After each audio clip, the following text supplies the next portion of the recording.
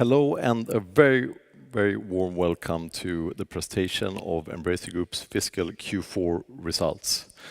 We have a lot to talk about today, including the successful release of Tiny Tina's Wonderlands, a pipeline of over 30 AAA titles, as well as the consolidation and strong growth for Asmodee here in Q4.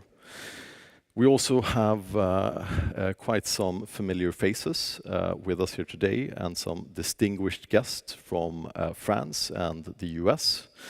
We'll start with a presentation of the Q4 results. Then we'll have a presentation by Asmodee's management, and I will come back for a Q&A after that. But without further ado, I'll leave it over to Group CEO and Founder Lars Wingefors and CFO Johan Ekström.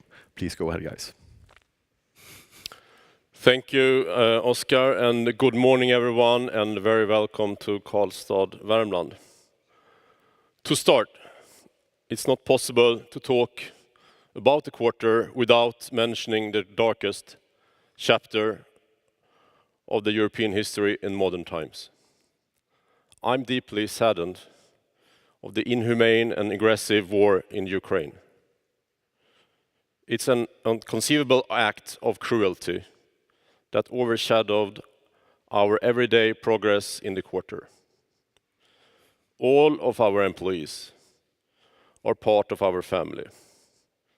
And our first priority has been, and it still is, to provide the safety of our staff and their families in the affected regions. We stand firm in support of our employees wherever they are located. By the end of 2021, we engaged approximately 250 people in Ukraine, 1,000 in Russia, and about 250 in Belarus. Our priority has been and still is to support our employees in the affected regions. We have been working hard to support the relocation and safety of many of our employees and family members who are willing to leave and has, as of today, been relocated. And today we have been relocating hundreds of people. So, back to the quarter and the financials. Yes, we are pleased to announce another stable quarter. With net sales exceeding 5 billion in a back catalog-driven quarter with only a few new releases and a continued organic growth in our mobile business. Our operational EBIT for the reporting quarter increased 17% to 1,052 million, concluding a financial year within our forecasted range. The operational EBIT in the quarter includes 50 million in costs relating to the situation in Ukraine, as well as 74 million in the operational EBIT contribution from Asmodee and Dark Horse. The organic growth came in at -34% and 7% on the full year. And we have been in the quarter been facing the breakaway success of Valheim in the previous quarter last year. But looking at the organic numbers just makes up about 1/3 of our combined business. So we believe to measure the actual business performance of all businesses we owned as of end of March, we need to look at the pro forma growth. And the pro forma growth in the fourth quarter were 3%, and on the full year basis, 18%. The mobile pro forma growth were 43% in the quarter. The free cash flow came in at 430 million. We have been reiterating our operational EBIT forecast this morning. So we are expecting an operational EBIT in the current financial year ending March 2023 in the range of 9.2 to 11.3 billion. And we are expecting that this year to be driven by a a great pipeline of new games to be released. We're expecting the value of the completed games to be more than 3 times the games we released the past year. This forecast is not including any minor impact from the acquisition of Beamdog, Lost Boys, Crystal Dynamics, Eidos, and Square Enix Montreal, but thus takes into account the possible indirect impacts from the war in Ukraine. Looking at the operational highlights in the quarter, we currently have 223 game development projects in pipeline, whereof 159 projects are unannounced. We are reiterating that we are expecting to release more than 25 AAA games up until March 2026. In the quarter, we invested a record of 950 million into the pipeline, and that is more than 3.6 times the value of the game we released in the fourth quarter. That were 262 million. Looking at the mobile KPIs, even with having the first quarter in the calendar year being in general less good for mobile games, because normally the holiday season is the strongest, we saw growth. And mobile monthly active users were more than 300 million, and we are now at daily active use of 35 million players. We ended the quarter having 118 studios across the group, and including the announced acquisitions that is yet not closed, we have 124 games development studios within the group. The quarter was driven by a strong back catalog performance. Risk of Rain 2, Deep Rock Galactic, Borderlands 3, Insurgency Sandstorm, Valheim, and many, many other titles. On the new release segment, we had a very strong release from Gearbox with Tiny Tina Wonderlands through our publishing partner 2K. We also had a release of LX2 that financially did not meet the management expectations. However, we believe we will make a reasonable return of investment over time. We also had King of Fighters releasing through Koch Media.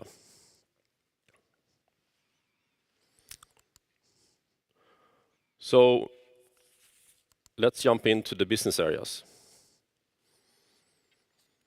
So looking at THQ Nordic, they had a stable performance of the back catalog.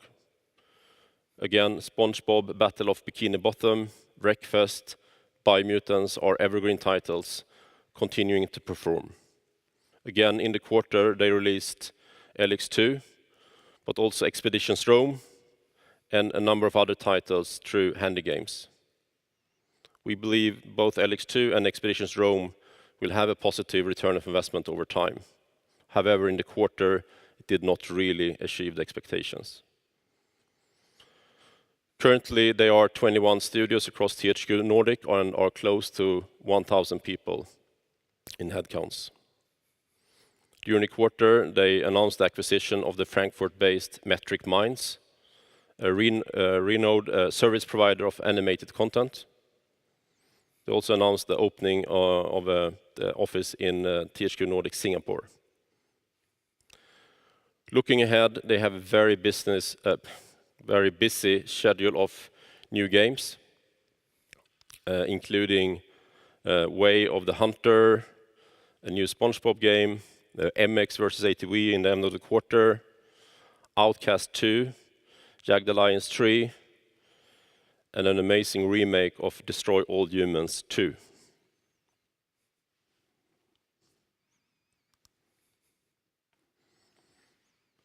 Our friends at Koch Media Publishing had, as usual, a strong quarter driven by the back catalog.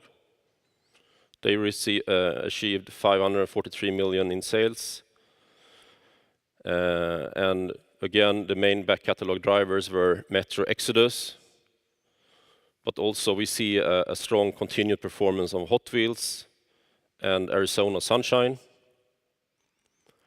New releases in the quarter were After the Fall, Supercross 5 from Milestone, and King of Fighters. Currently, they are 13 studios and are engaging to close to 2,300 people. Chorus won the Best German Game Award. Congratulations to the team in Hamburg. Dixart in France won 5 awards. And looking into the future, just looking into this quarter, we had a number of releases so far. Let's Get Fit from Voxler. We have MotoGP 22 from Milestone, Trek to Jumani from Flying Wild Hogs, and more content coming for Hot Wheels Unleashed. So looking ahead through all the publishing businesses at Koch Media, they're having a very interesting pipeline, and including Saints Row, Dead Island, Gungrave, Evil West, System Shock, Dolmen, Crossfire Legion, and Payday 3. And I would like to give a warm welcome to Brian and Rob from Deep Silver Volition, who will tell us more about the much anticipated game Saints Row. So welcome. Thank you, Lars. Thank It is good to be here. And we couldn't be more excited to talk about Saints Row and our upcoming release. Right now, we're putting the finishing touches on what we believe will be the biggest and best Saints Row game yet. We're rebooting the franchise, and that means a new cast of characters and an all-new city to explore. This is an amazing opportunity to welcome a brand new audience to the IP, and we're happy to preview it here for you all. Let's roll the trailer. Welcome to the biggest, the boldest, the brassiest, the ballsiest Saints Row video game in the history of the fucking universe. Although we're rebooting the franchise, this remains a pure Saints Row game, a wild criminal sandbox featuring moments only possible within the world of Saints. Take a jet on a joyride, crush cars with a monster truck, or wingsuit past skyscrapers wearing nothing but socks. Saints Row means fun, energized, amped up, thrilling open world action with the power to take over the city. And speaking of the city, this is the most vibrant and imaginative setting for Saints Row to date. We've created an amazing fictional playground where you get to be your own boss. In addition, customization and player expression is a hallmark of the franchise. We've recently revealed our best ever customization feature to the delight of longtime fans and newcomers alike. You can create your own unique look or go with something more imaginative, whatever suits your play. And as we look forward to our release, the marketing campaign is only getting started, and we have some massive beats happening each month leading up to launch. Something our fans are looking forward to is the release of our character customization demo. This is a major beat in the campaign and has been incredibly successful for previous Saints games. But in today's more mature landscape of social media, user-generated content, we think this demo will be bigger than ever. It's coming soon, but that's all we can say for now. And just yesterday, we saw a wave of previews from the press who were given a deep look at the game, and we're thrilled with the reaction. I'll just read a few quotes here. IGN said it was filled with the wackiness, carnage, and humor you'd expect. GameSpew called it our most anticipated release of the year, the biggest, boldest, and ballsiest entry in the series yet. And VG247 said, this is a reset that's actually worth it. We're excited to see that the reboot of the series is resonating with the gaming media and fans alike. We are so looking forward to this release. This is the culmination of everything we've learned about making great open world sandbox games. And in partnership with Deep Silver and Embracer, we've taken the time needed to hit our creative goals with Saints. We love this franchise, and we can't wait to show it off to the world on August 23rd.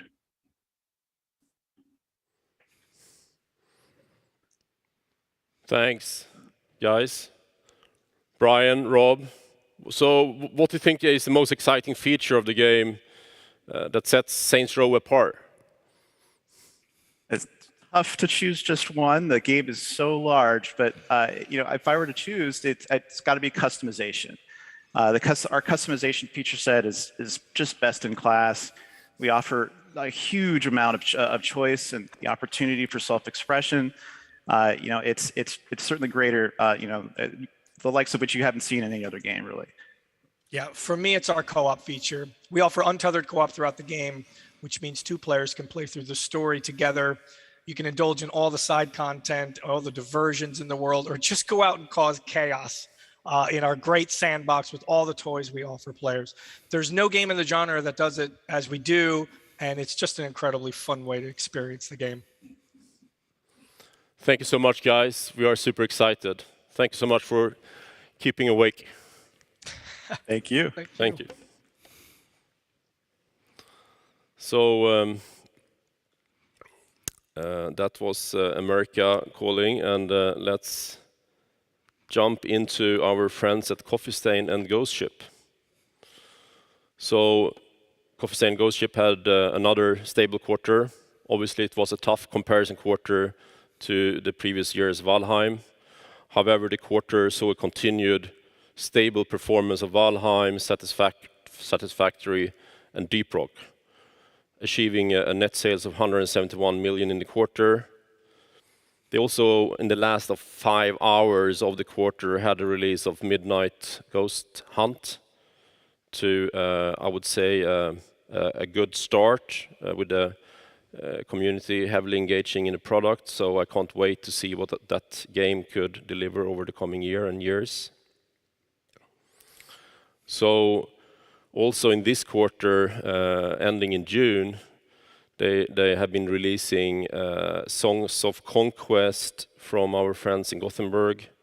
And so far it has been I would say, a great success.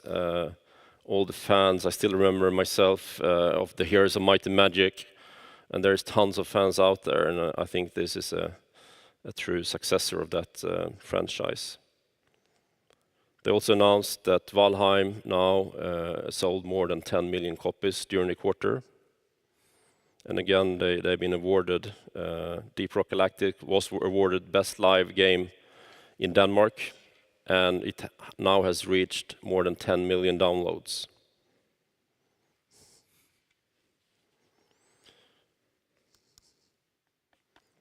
Amplifier, our friends in Stockholm. Do we have Per-Arne online? Yes, good morning. Good morning.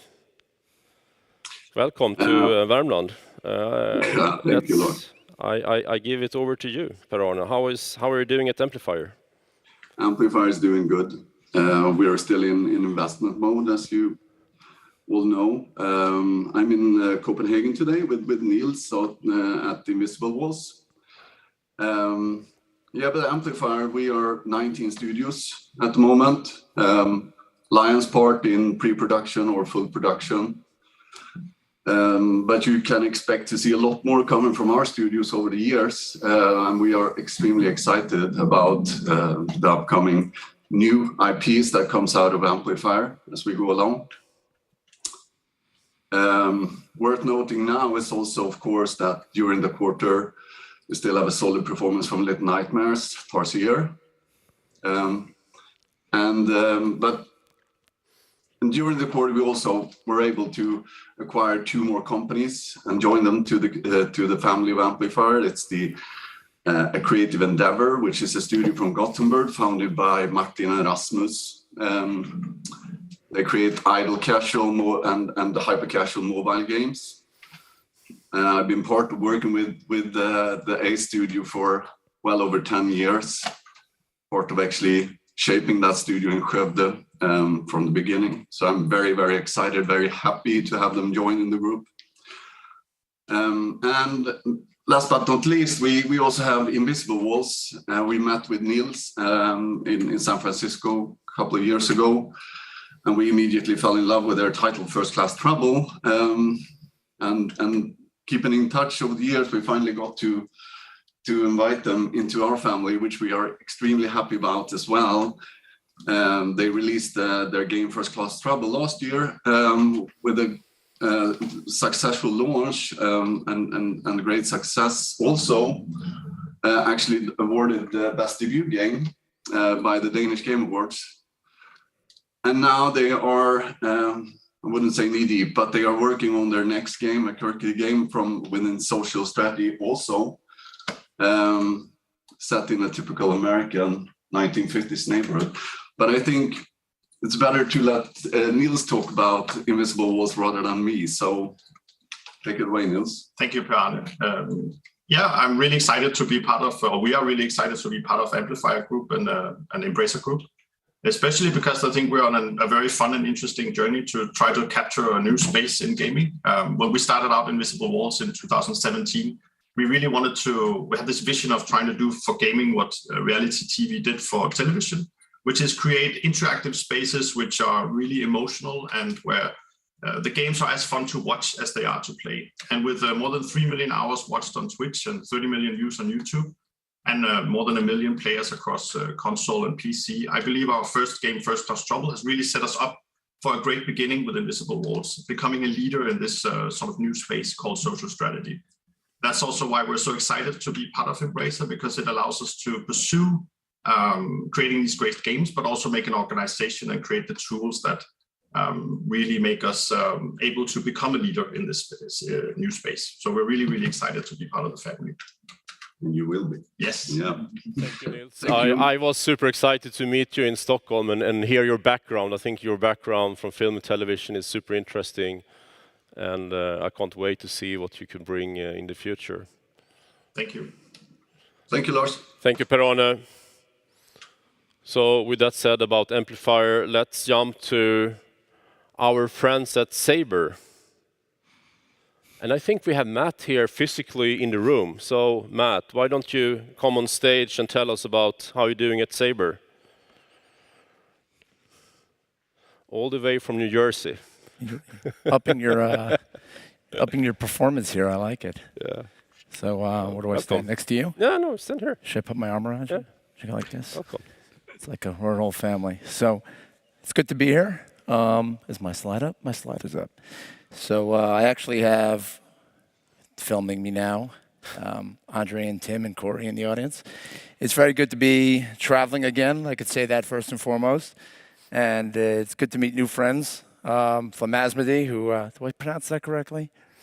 Is it Asmodee or is it Asmodee? Everyone says it differently. I don't want to say it wrong because I sound stupid when I say it wrong. But so just a few words briefly about Saber. We have obviously had a challenging quarter, to say the least, with having employees in Eastern Europe and Russia and Ukraine.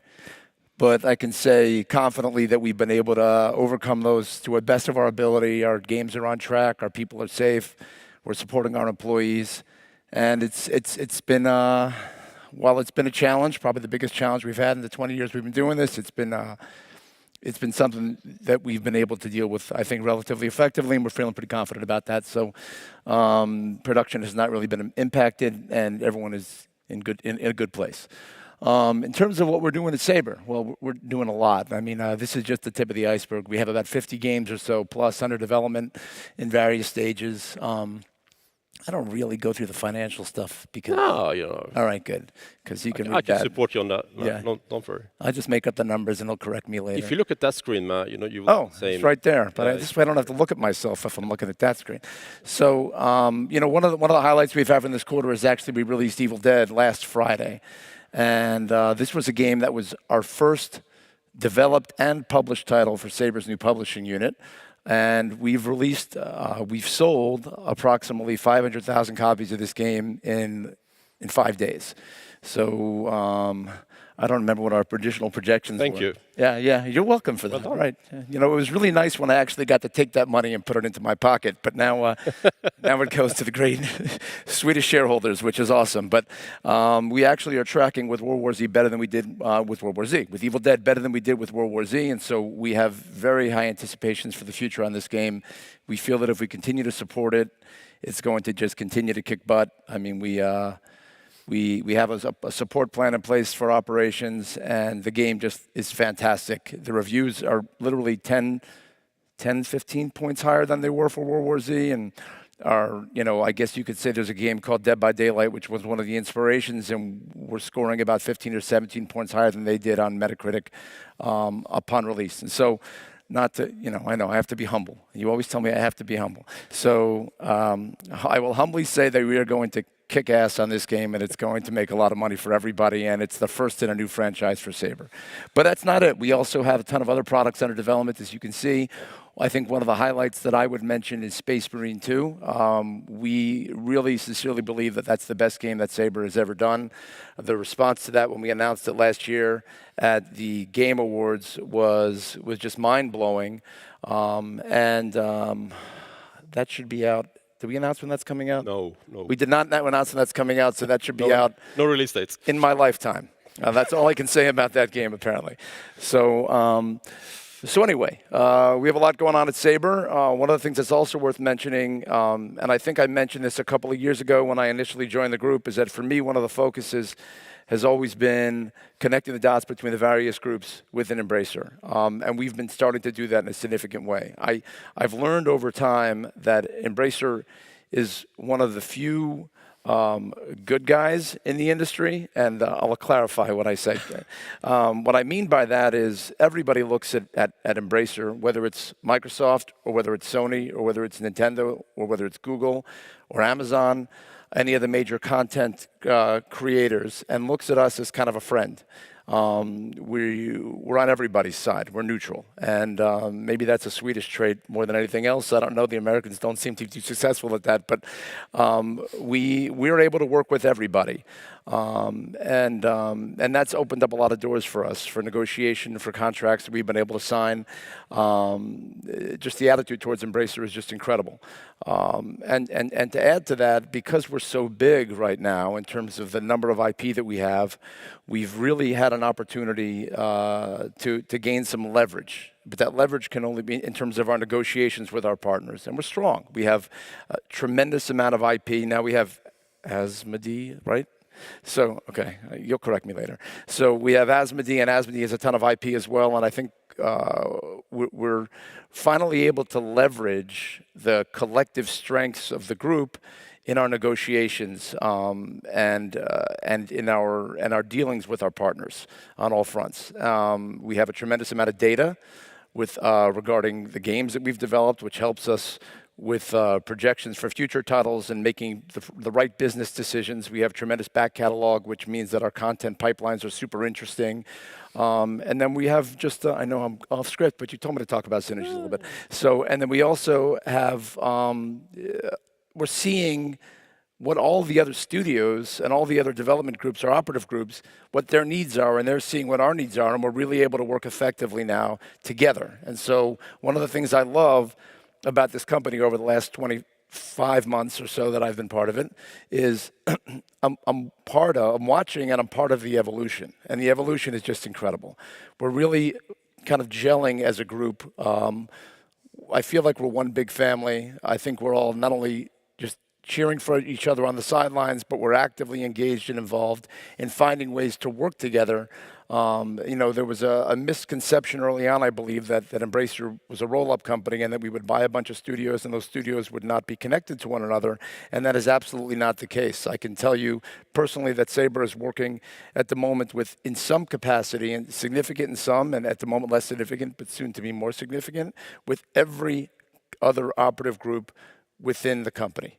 And I feel that that's only going to accelerate as time goes on, whether it's creating games, whether it's producing content correctly, jointly, whether it's starting to get our acquisition, Digic, it's one of the best CG companies in the world, involved in creating content on the digital animation side for some of the other games, whether it's taking great IP that's within our group and making pinball games out of it with Zen, or whether it's us taking products from others and turning those products into switch ports or even new products like VR. And the last thing I'll say is I'm super excited about what I consider to be the steal of the century with our recent deal to acquire Square. You need to be humble, Matt. Listen, you did the deal, so you have to be humble. I have to brag about it. So I really believe we just acquired one of the best IP in the history of games. I don't think it's debatable. And we acquired great teams in the process that I've had an opportunity to meet with already, to get to know on a very basic level, obviously, prior to the closing, because I'm not going to get you in trouble or myself. But it's been good to get to know them, and I'm super, super excited about what we can do with them in the future. And if you just look at Embracer and you look at our catalog of games, from Borderlands to Space Marine to Goat Simulator, it's a fan favorite, to Tomb Raider, and now Tiny Tina's, which has really just taken the world by storm, and Evil Dead. I think that we're very, very well positioned as one of the best content players in the world, and I think that's very much to do with what Lars has been able to accomplish, which is to bring a bunch of diverse studios run by entrepreneurs together. So that was a little bit on synergies, which you asked for in a very long-winded way, but thank you so much, Matt. I'm really happy to have you here in Karlstad.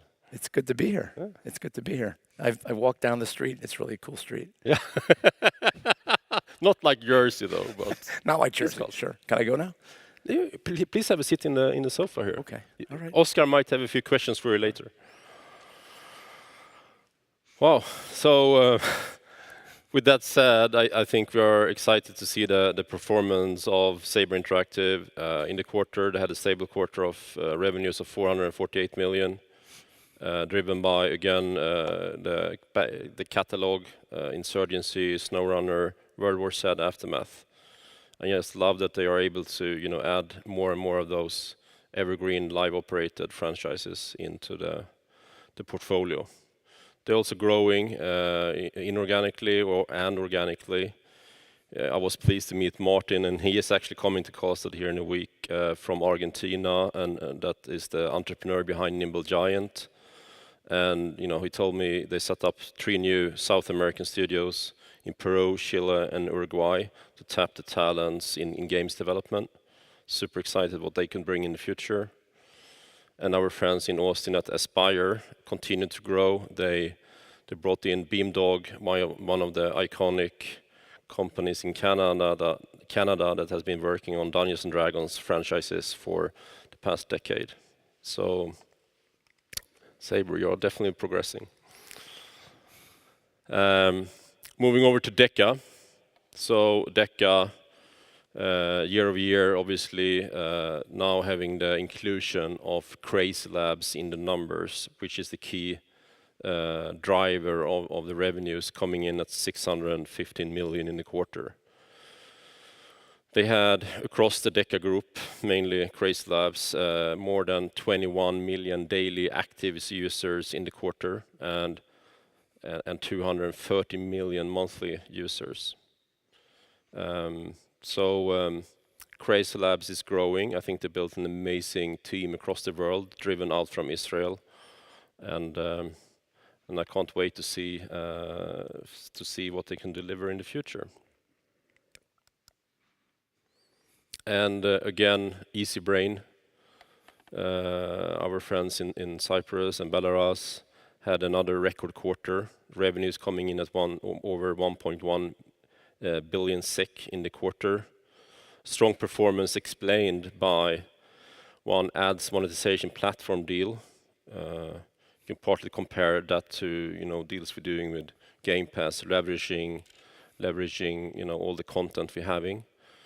And a very strong sales of existing live operated titles such as Blockudoku, Sudoku, Jigsaw Puzzles, Nanogram, and Art Puzzles, and many others. Numbers Match actually is my personal favorite.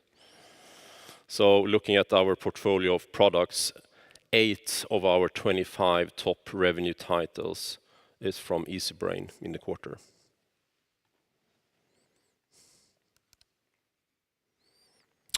So, Gearbox, do we have someone online here from Dallas? Hi, Lars. Morning, Randy. Thank you How are for you doing? keeping awake. Happy to be here. Thanks for having me. And yes, thanks for the introduction. Yeah. Before I begin, I want to compliment you and everyone at Embracer HQ, and in fact all the companies that are part of the Embracer Group on our progress. It's just awesome to be a part of. Thank you, Randy. So why don't you give us an update, how you guys doing at Gearbox? Well, I'm happy to report that Gearbox is flourishing. I am more convinced than ever that our merger with the Embracer Group was a great move for our team and for the future we're building with the Gearbox Entertainment Company. Obviously, we've had a lot of really great organic growth, successful title launches, and we've got an incredibly promising runway for expansion that I've set up and put in place. And of course, you can see some of the beginnings of this with our Q4 results, a defining time for Gearbox, I think. I'll have more to say about our titles shortly, but I want to highlight a few games at the onset. This past quarter, of course, we saw an incredible success with the launch of Tiny Tina's Wonderlands. And we know that Take-Two, in their own investor call earlier this week, shared that Wonderlands was the best new franchise launch from 2K. And they noted that 30% of Wonderlands players have never played a Borderlands title before. So we are truly accomplishing our goal of reaching new audiences and markets with our entertainment. We also saw really awesome, great interest from consumers with Have a Nice Death, which is a new title from the newly established Gearbox Publishing San Francisco. And they just had their early release, this early access this past quarter, and it's really been inspiring to see how that's been going. Additionally, of course, Gearbox Publishing released a long-awaited expansion for Risk of Rain 2, which is just an incredible game, continues to exceed all of our expectations for sales and community engagement. And if you haven't played it yet, it's a blast. There's a reason why it's punching so high above its weight class, and that's because it's just a fun game, and our customers are now to the point where they're selling it for us. One point I want to note before I get into the rest of the presentation is that there's a strong pipeline we've got coming up. We have the largest number of unannounced titles that are in development in our history, including a whole bunch of AAA games. And I'm very, very eager for when the time comes to share these titles publicly. And of course, there are some titles that we have announced. You can see some of them here, including titles from Gearbox Publishing, such as Hyper Light Breaker, Eyes in the Dark, and the long-awaited, I've been waiting this, I think, my entire career, Homeworld 3, and of course, Homeworld Mobile. And each of these games represent really incredible advancements in art design, gameplay, and reimagining what's possible for entertainment at the intersection of player and content. When the Embracer Group and Gearbox Entertainment first joined, when we first became part of your company, Lars, we had two key verticals. We had the Gearbox Software business unit and the Gearbox Publishing business unit, and we could have rested on the success of our commercially and critically successful IPs and our reputation as the most developer-friendly publishing business in the world, and we would have been just fine. But we're not content resting. As you know, Lars, one of the reasons why we became part of the Embracer Group is to fulfill an ambition to build the Gearbox we always wanted to be. And this merger with Embracer has been a catalyst for our ambitions and growth that propels those ambitions towards our mission to entertain the world. And we're at the beginning of this. Of course, we can't talk about everything yet, but you can already see some movement with the establishment of some new verticals, 2 additional verticals, including Gearbox Studios, which has been overseeing and guiding the full maximization of our IP in transmedia, including the development of television, motion picture, and other related adaptations of our intellectual property. Now, some of this stuff has already been announced, of course. We have a Brothers in Arms television series that's been announced and it's in development. And of course, there's a Borderlands motion picture, big blockbuster film, currently in post-production. We finished principal photography and we're in post-production with Lionsgate and Arad Productions. And this is a massive film, starring Cate Blanchett and Kevin Hart and Jamie Lee Curtis and Jack Black and just incredible stars. making a beautiful film that I can't wait to launch. These early successes give us much confidence as we pursue the vision of Gearbox Studios down the road ahead.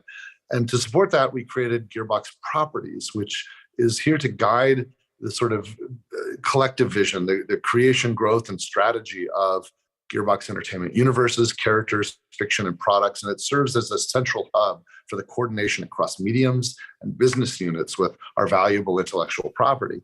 Its mandate is to explore, expand, and exploit new and existing Gearbox IP and assimilated IP from other sources. And the new vertical is led by an experienced and seasoned Gearbox veteran. I'm talking about Randy Varnell, who's the president of Gearbox Properties. And Randy has been a creative director and a senior producer on many titles for longer than I can remember, part of the Gearbox Entertainment Company. And he's just an incredible leader who has the vision and ability to deliver results with the new Gearbox verticals element of our company. Let's go to the next slide.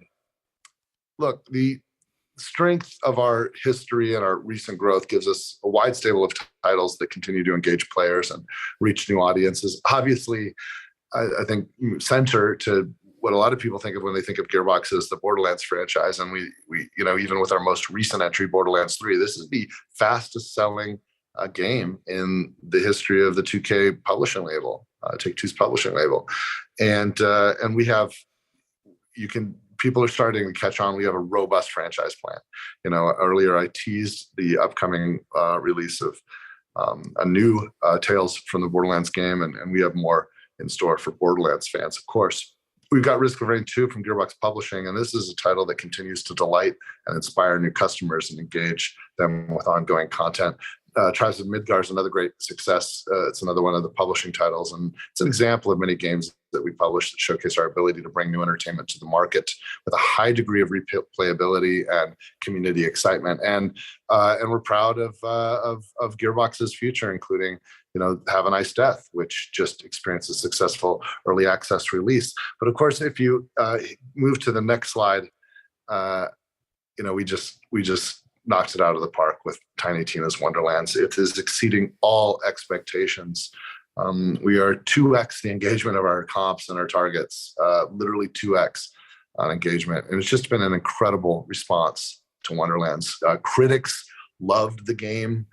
Fans loved the game. They're all celebrating its direction, its humor, its storyline, the incredible cast of voiceover talent, like Wanda Sykes and Will Arnett, and we've got something here. We've got a franchise, and we're building on it. And you'll hear more about that later.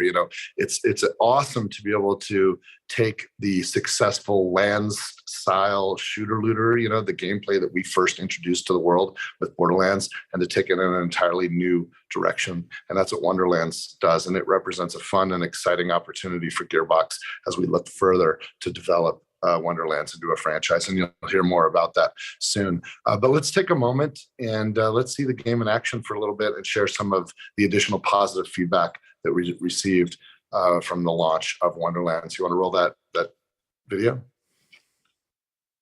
Dragon Adventure, baby! Come get it! You see the walls of the mighty Breakable and a massive skeleton army! Come on, let's kill these idiots!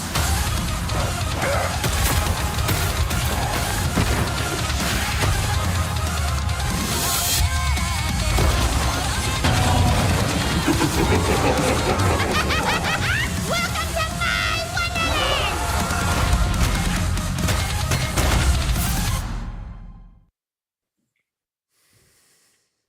Good stuff. Next slide. Since we joined the Embracer Group, the Gearbox Entertainment Company has been able to employ a new strategy that's had not been on the table for us before. And I'm talking, of course, about mergers and acquisitions. So in addition to strong growth of our headquarters in Frisco, our creative teams there, strong growth of our development studio in Quebec City, and our newest native studio in Montreal, we have managed through M&A to bring more incredible talent and horsepower to the Gearbox Entertainment family. The acquisition of Perfect World Entertainment, which is now part of Gearbox Publishing, and also includes MMO guys, this has just been a huge addition. Cryptic's incredible games are alive and well and are better than ever. And now we've announced, of course, Lost Boys Interactive is joining the Gearbox Entertainment Company, and you mentioned it earlier. That deal will close soon. And these guys are awesome, and they create remarkable opportunities for Gearbox Entertainment and for the Embracer Group, and together we're really well positioned for creating new IP faster and better, and accelerating that creative engine that Gearbox is known for. We can maximize our existing consumer favorite titles with transmedia strategies, and we can utilize our self-publishing models where appropriate to keep 100% of the value creation revenue within the Embracer Group that comes from the Gearbox Entertainment Company. So, of course, with Lost Boys, this has been an incredible win from our experience developing Wonderlands. Lost Boys helped out, and so we got to work with these guys directly and developed an awesome relationship. And Lost Boys is a proven studio. They've got over 220 team members with operations in Austin and Wisconsin. And we announced, of course, in April our intent to invite the Lost Boys to be a part of our broader Gearbox and Embracer family. And they're, of course, going to continue to enthusiastically provide work-for-hire services across the larger industry. And this is really exciting for us because that's kind of how Gearbox got started. But it's also part of our strategic plan that the talent from Lost Boys are immediately joining Gearbox Entertainment projects, accelerating and bolstering development of our current and unannounced titles. So why don't we take a moment and share a quick video of some of the work from Lost Boys.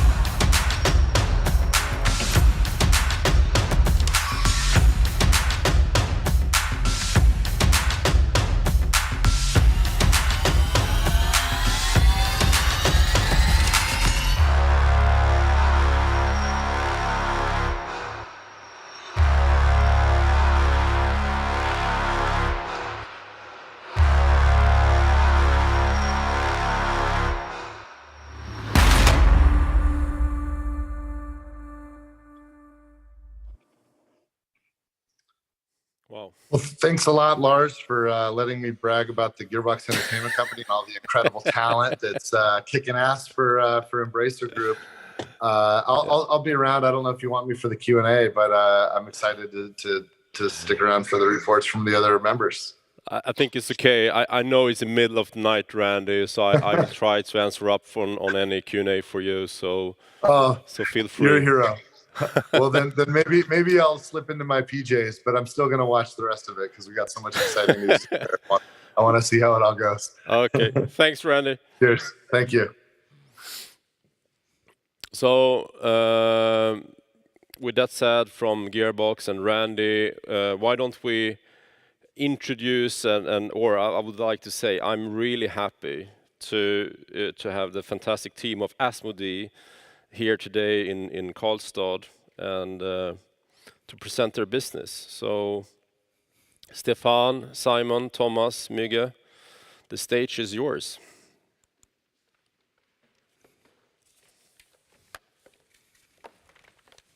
Thank you, Lars. Thank you.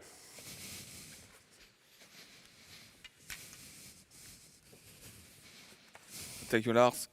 Good morning, everybody. I'm Stefan Carville, Asmodee Group CEO. Very happy to be here today for our first interim report since we're joining the Asmodee family. Nice seeing you, Matt, yesterday, and sharing some glasses of wine yesterday evening. And by the way, it's Asmodee. So, as I said, happy to be here today. Today we'll be presenting with Thomas Kugler, Head of Strategy, Müge Bouillon, our Group CFO, and Simon Vivien, our Head of Consumer and Marketing. Today, I'd like to take you through. Would like to take you through first a quick overview of our business and metrics. Then, with Muge, we looked at our pro forma 21-22 financials. And finally, we'll be happy to share with you an update about our key activities to be launched in Q1 22 and beyond, as well as, I'm very happy about that, our first synergies within the Embracer operating units, and I'll comment on that later on. So, just starting with some Asmodee, with our key business and metrics.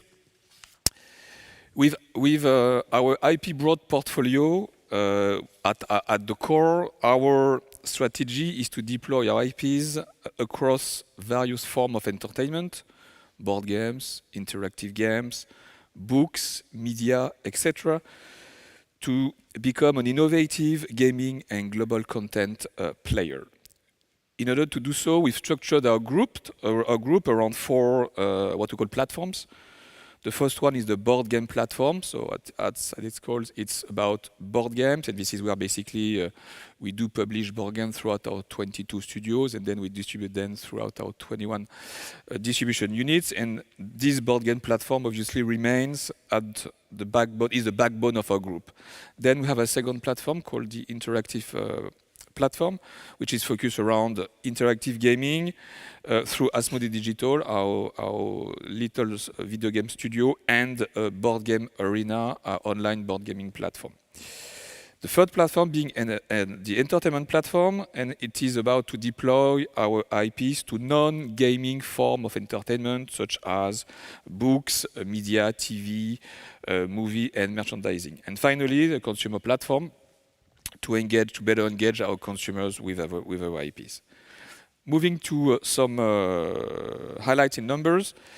On a pro forma basis, Asmodee will represent 38% of Embracer Group net sales in 21-22.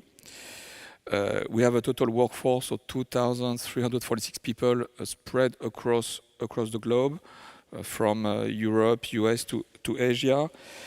We have, just said, 22 studios across the globe and 21 distribution units. And in terms of IP, we own more than 350 IPs. Before I hand over to you, Muge, on the financials, one highlight for the financial year ended up 21-22. Asmodee did generate 11.7 billion SEK of net sales. As you can see on the right-hand side of the slide, one of our strengths is our diversity, be it geographically, in terms of activities, and in terms of channels. The fact that we're not overly reliant on any one market, title or sales channels is an important factor in the robustness of our long-term business model. Now I'm handing over to you, Thomas. Thank you, Stéphane. So the business that Stéphane just outlaid represents close to 44 million board games sold last year, and that's excluding trading card games. In addition to board games, we are also continuing to deploy our transmedia strategy through interactive and entertainment platforms. A great example of that is Gloomhaven. It's a board game that is published by Cephalofair Games, distributed across the world by Asmodee business units, and Asmodee Digital is the publisher of the video game adaptation of Gloomhaven that was released on PC end of last year, and today Gloomhaven has sold over 500,000 copies. Also, through Asmodee Entertainment, we have close to 30 IP licensing out options and ongoing discussions that have been signed to adapt some of our most successful IPs to TV shows, movies, scripted or unscripted, comics, interactive games, consumer products.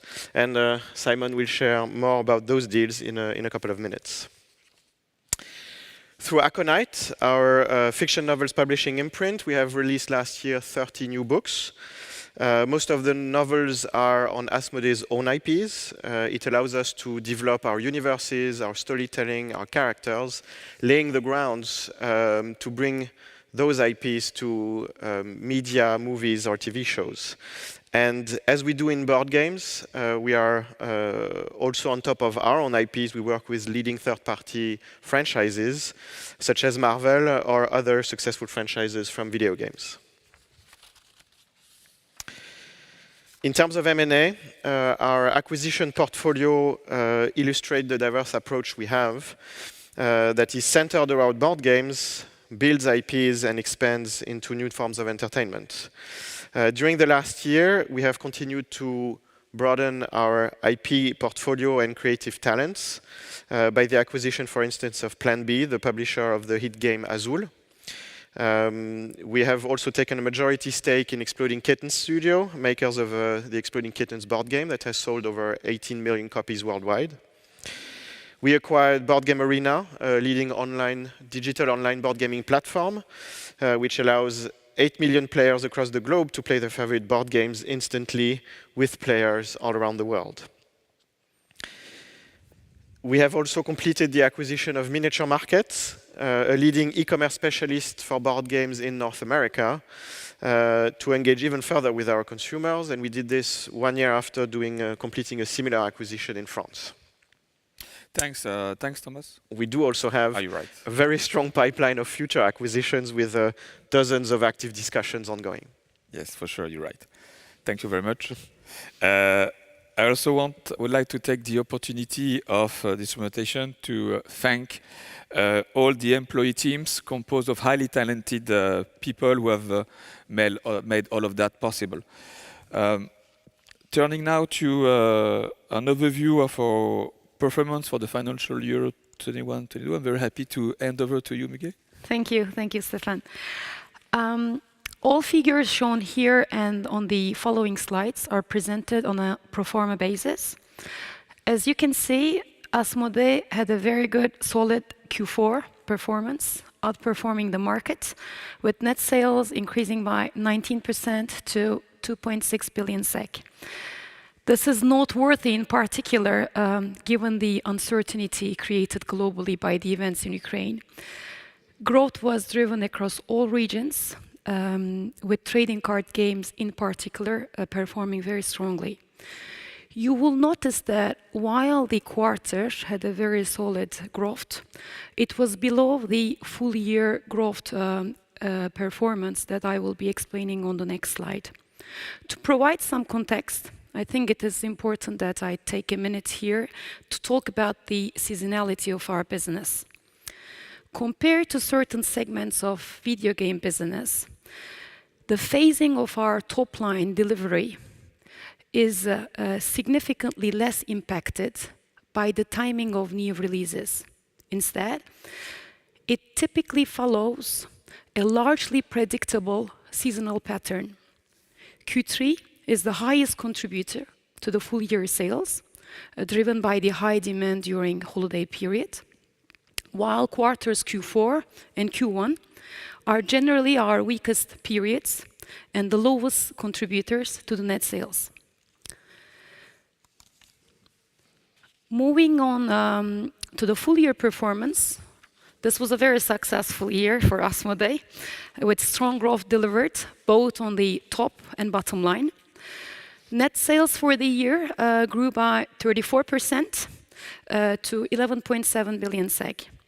I'll go into a bit more detail on the following slide of our top line performance drivers.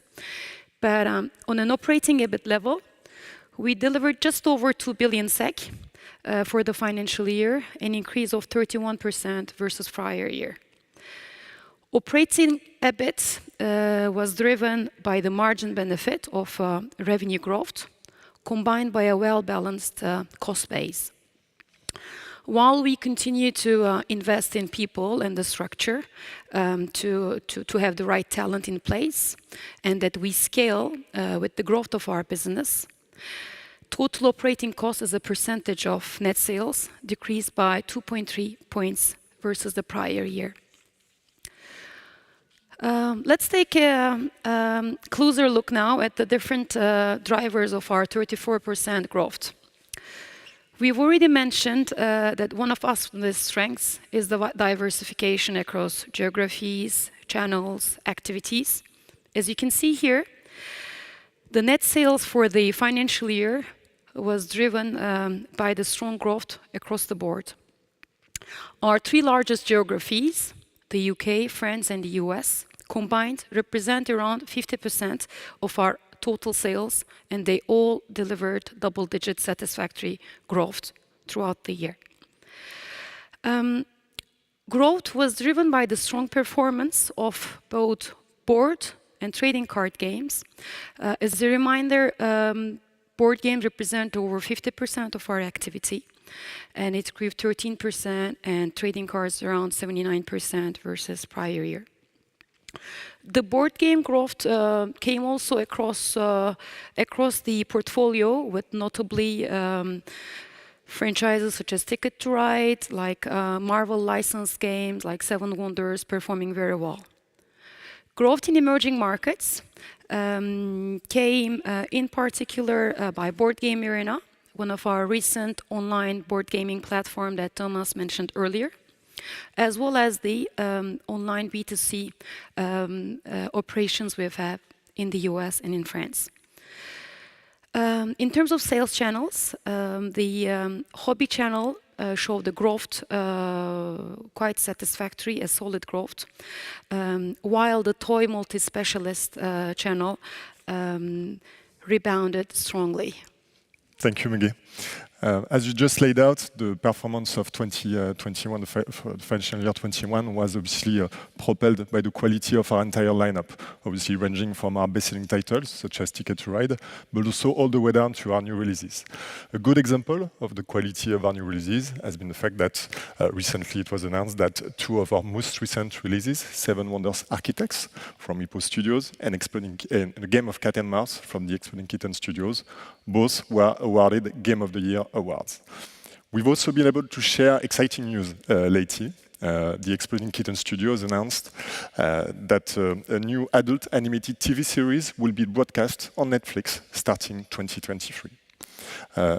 Pretty much at the same time, Asmodee announced that our very own original Werewolves license has been signed into a movie option with Media One, and the director being Netflix global hit Lupin.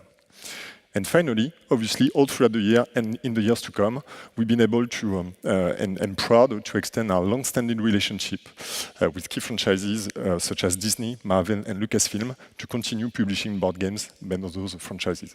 Furthermore, we've been able to sign in 21 new licenses with Netflix and Benny J to publish board games respectively on Stranger Things, Squid Game, and Survivor. Thanks, Simon. Thanks, Muguet. Now that we looked into in depth into 2021, 2022, I would like to tell you more about our exciting road ahead for our first full quarter of operation within Embracer and beyond. I think I'm reverting to you, Simon. Oh, sorry. Your guidance. Yeah, sorry. I'm so excited about the activities and the project that as you should. I forgot to mention something which is also important, which is our financial outlook for 2022, 2023, and 2024. So the operating EBIT outlook for the coming two financial years was provided in the press release announcing our acquisition. I should say us joining the family more than acquisition. And I would like to take this opportunity today to reiterate that guidance.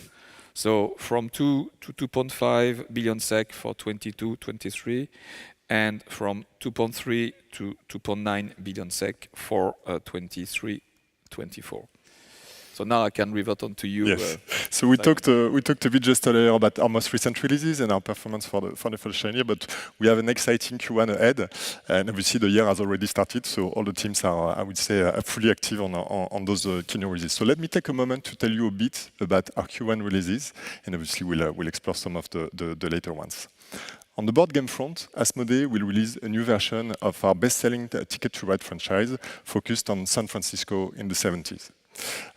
We will also distribute the Skyrim board game from our partner publisher Modifius. The game has already been a massive success on Kickstarter with 1.5 million euros raised.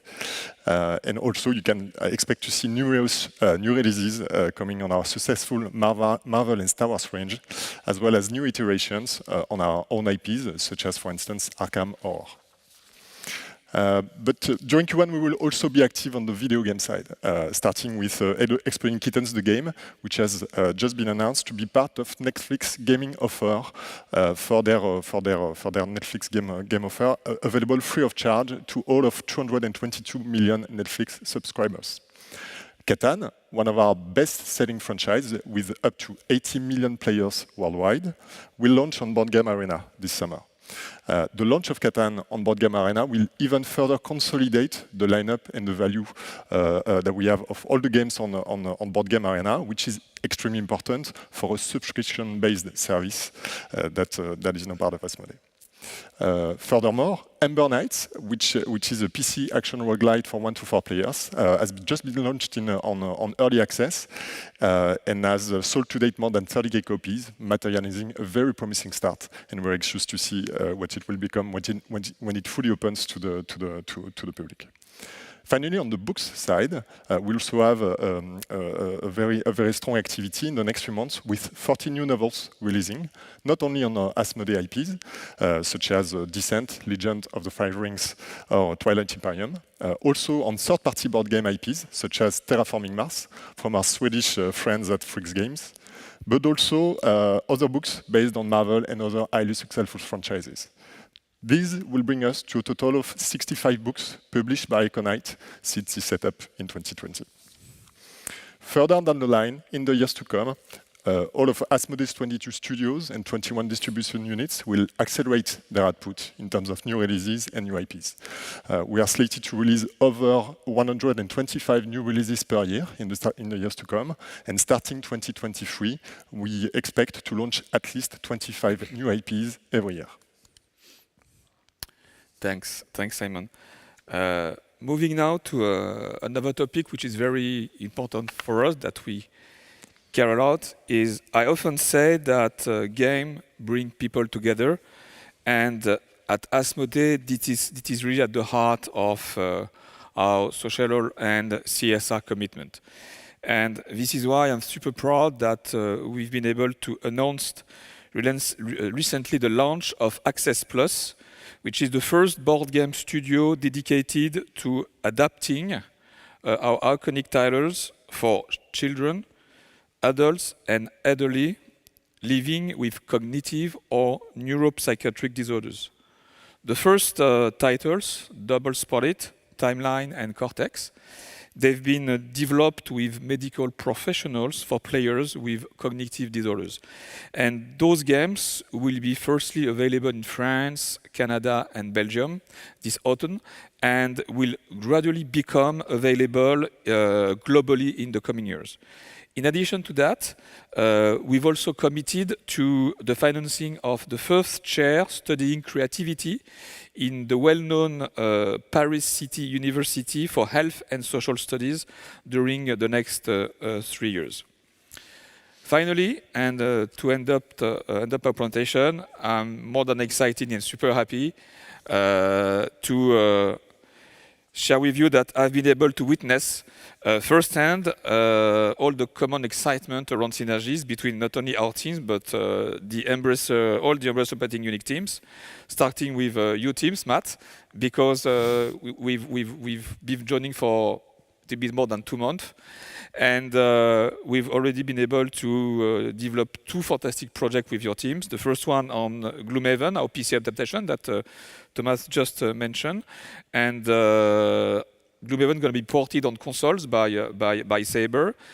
Second, Saber will also be working and publishing a video game based on our medieval fantasy dungeon crawling Descent universe. And thirdly, we will be distributing in the retail channel the Deep Rock Galactic board game published by Gobshit, which is part of Kofferstein, and that successfully raised an amazing 2.5 million on Kickstarter. More to come. So we're exploring many other activity, but I'm very happy and it's a very good start. So now I'm turning back to you, Lars. Thank you very so much, Stefan and the team. So I'm super excited to have you on board. Yeah, so as we do. So let's continue, jump into our friends in Oregon at Dark Horse Media, our most recent vertical that joined at a fairly similar time as Asmodee. So Dark Horse is a leading entertainment company with a vast content library and is one of the largest comics publishers in America. So they own and operate more than 300 IPs, publish 500 books every year. They publish more than 30 new comic books every month. And they have 40 films and TV adaptations in pipeline, primarily based around their own or controlled IPs. And they're having an amazing network of creative talents of more than 2,000 people. So I can't wait to meet the team in America and perhaps one day to bring Mike and his team to Karlstad and to have a similar presentation as Asmodee just had. So finally, partner publishing film business segment. They had a good quarter, fourth quarter, driven by the release of Dying Light 2 from our friends at Techland. They had revenues of 737 million. On a trailing 12 months basis, they are actually now about 3 billion. They also announced the acquisition of the merchandise specialist DPI Logistics in North America. That has been, what I hear, very well integrated into the group and finding a lot of synergies based around IPs. Also, we have seen a solid performance from our friends here in Värmland at Game Outlet, our friends in Romania with Quantic Labs, and our friends at Grimfrost, the leading Viking merchandise business. Little bit of the market. So obviously now being in a post-pandemic, there is a huge interest how the market will look in the future. We are bullish in general about gaming. I think it will just continue to grow. But looking at the actual numbers, there is a lot of different data points coming in. But we believe, and Newso here with the source being one of the leading research institutes, they believe in a 5% growth in the global games market to grow to $203 billion 2022.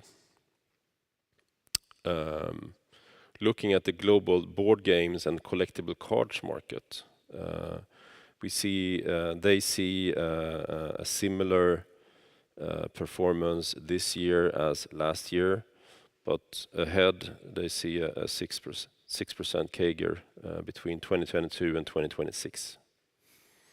There's some amazing data points coming out from these institutes. For example, look at this: 3 billion video games players 2021 across the world. 32 years old is the average gamer.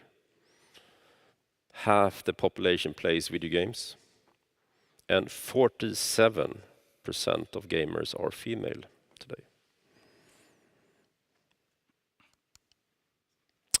Finally, we have Johan.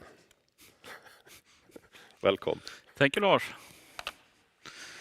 Yes, so let's take a look at our financial performance. And we start by looking at our P&L. As said, we arrived at 5.2 billion SEK of sales for the quarter, which is up 117% over last year.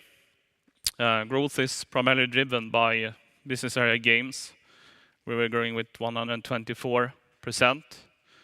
We also have a solid performance within partner publishing film, growing with 72% in the quarter. Gross profit for the quarter amounted to 3.8 billion SEK, yielding a gross margin of 73%, which is more than what we had in the corresponding period last year. And it's mainly explained by a favorable product mix shift towards business area games. Looking at our operational EBIT, we arrive at 1,052 million in the quarter, growing with 17% over last year, resulting in a operational EBIT margin of 20%. It should be noted that we, within our operational EBIT, have a positive contribution from Asmodee and Dark Horse of 74 million. Also, we have a negative effect from the humanitarian relief and employee support related to the war in Ukraine of 50 million SEK. Further on our operational EBIT margin, it should be noted that we have added businesses during the year in CrazyLab, also in the last 3 weeks of March with Asmodee and Dark Horse, that has a lower margin profile, explaining the reduction in operational EBIT margin in the quarter. Looking at adjusted EPS, it was 0.81 in the quarter, which is approximately 20% below last year. The main reason for this is that we have very tough comps last year with the success of Valheim, as well as that for the new companies joining, we get about 3 weeks of P&L, but you get a immediate effect on the share count. On a full year basis, we have net sales of 17 billion, growing 89% over last year, reaching an operational EBIT of 4.4 billion SEK, which is well within the previously communicated forecast for this year.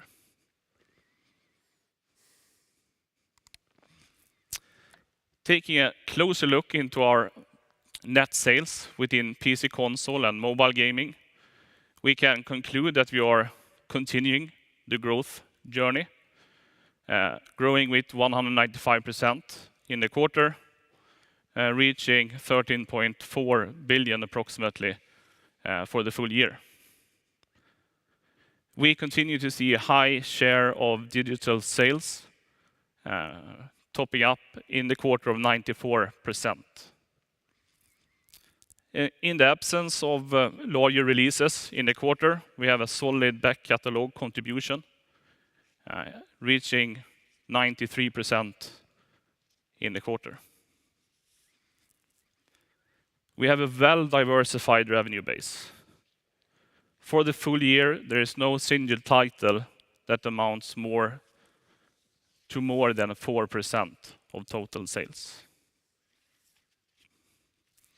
We continue to see an increase in recurring revenues, and in this fourth quarter, recurring revenues amounted to 72%, defined as revenues in the mobile segment and also within PC console for live ops and ongoing games.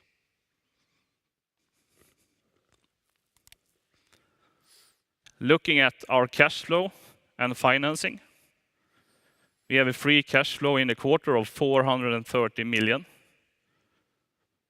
despite having record high investments into our business.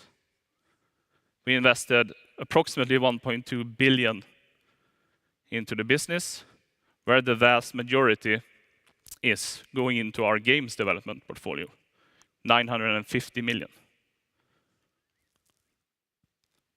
Looking at the financing activities in the quarter, we have a positive inflow of 18 billion, which is related to utilization of facilities in relation to M&A activities.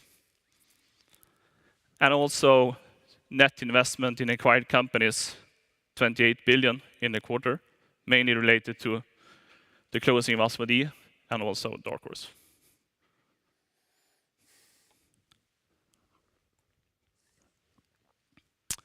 At the end of March, we had a net debt of 14.4 billion in our balance sheet. As we have previously communicated, our target is to have a net debt to operational EBIT of 1x, where operational EBIT is valued on a 12-month forward-looking basis. Looking ahead, we expect a strong cash flow for the coming 12 months, and we also expect a strong growth in operational EBIT. We believe that we will achieve our target of 1x in the medium term, which is then in line with our financial leverage policy. Looking at our financing, we have significant headroom on the covenants in the loan agreements, and we have also recently, now in May, prolonged the maturity of our loans with our Nordic partnership banks. And as per today, we also have available cash and unutilized credit facilities of 11 billion.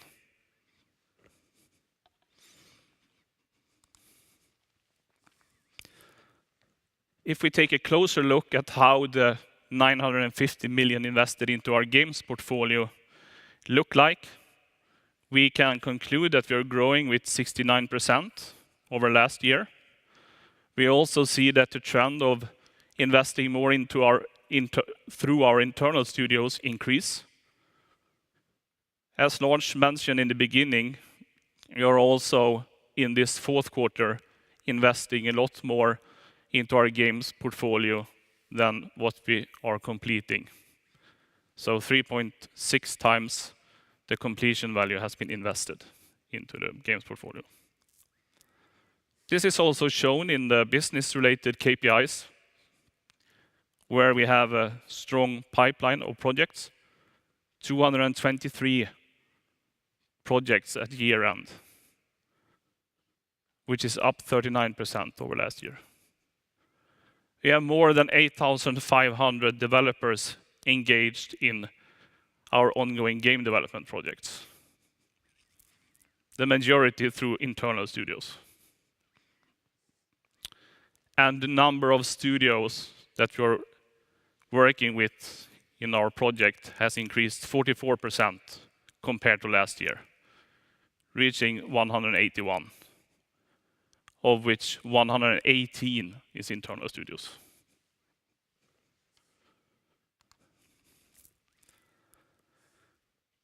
We take a look at our cash flow return on investment scatter. And as per the end of March, we have now 49 titles in the scatter. The titles that come in here are titles that has either had a cost of 40 million SEK or more, or generated 40 million SEK or more in sales. The weighted average contribution or return on investment for these 49 projects are 3.22x. The combined sales generation of these projects is 12.1 billion in net sales. 8.4 billion in contribution, where contribution is the gross profit generated less marketing expenses. And the cost for making this happen has been 2.6 billion. This attractive return profile is also a main reason for us going after organic growth investments from a strategic perspective.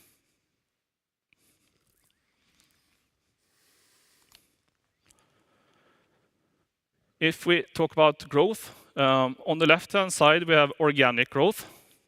and on the right-hand side, we have pro forma growth. As said, organic growth was negative in the quarter, -34%, as we had very tough comps with the Valheim success from last year. It's also interesting to note that when we look at organic growth, we are excluding sales for companies that has not been part of Embracer for the whole year. This means that sales generated by Gearbox, Easybrain, Crazy Labs, and also bolt-on acquisitions made within Saber and Koch Media are excluded.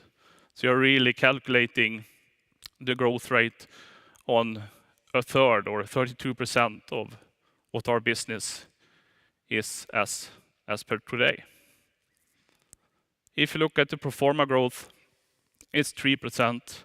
Here we are instead adjusting last year's number to include the performance of companies acquired during the year and compare that on a like-for-like basis, thereby capturing basically the whole part of our business as it stands today. And that was up 3% despite tough comps. And the difference between the 34 and the +3 is that the companies that has joined us this year has had a fantastic performance.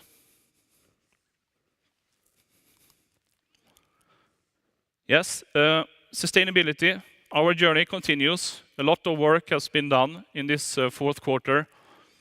We are continuing to improve ourselves in the areas, and we have made a lot of activities in the quarter, and we have selected a few of them to look at in this slide.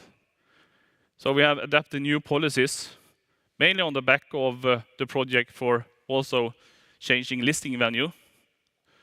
There is an enterprise risk management policy, internal control policy, information security policy adapted. We are also happy to see that there was a 79% participation in our yearly code of conduct training. Excited also to see that our second annual global employee survey came out with good results, but also that the response rate is even higher this year than what it was last year. So 80% in the response rate. So very proud of that. We continue also to educate and create awareness within the group through sustainability webinars, as well as also continuing our collaboration with Solvatten, where we have supported over 3,000 people with safe and warm water through our partnership with them. We have done a lot of work with setting the goals for sustainability during the quarter, and we will communicate the goals no later than our quarterly report in Q1.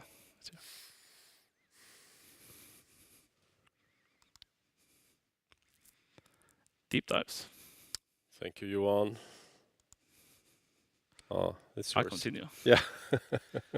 Yeah. So we have also rolled forward the follow-up of M&A activities as per to the 31st of March.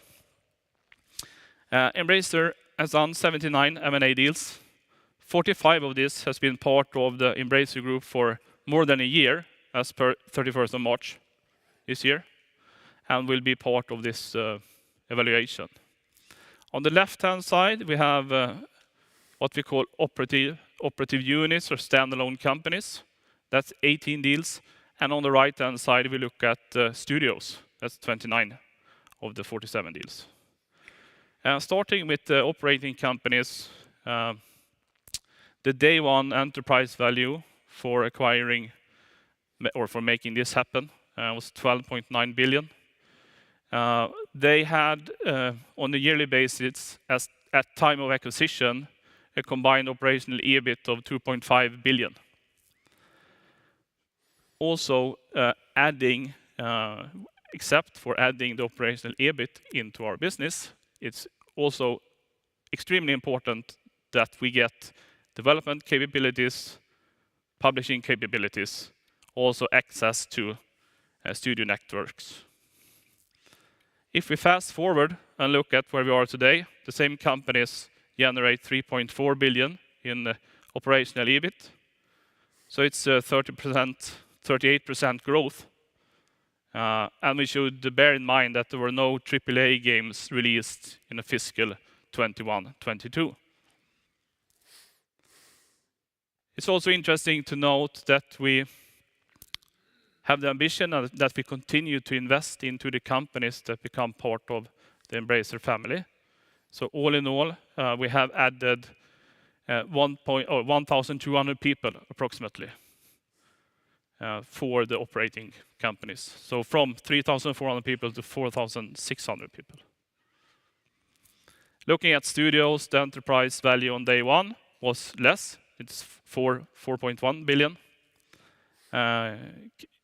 Of course, adding a studio will have great benefits in terms of IPs and also development capabilities. At time of acquisition, these 29 studios had 1,500 people employed.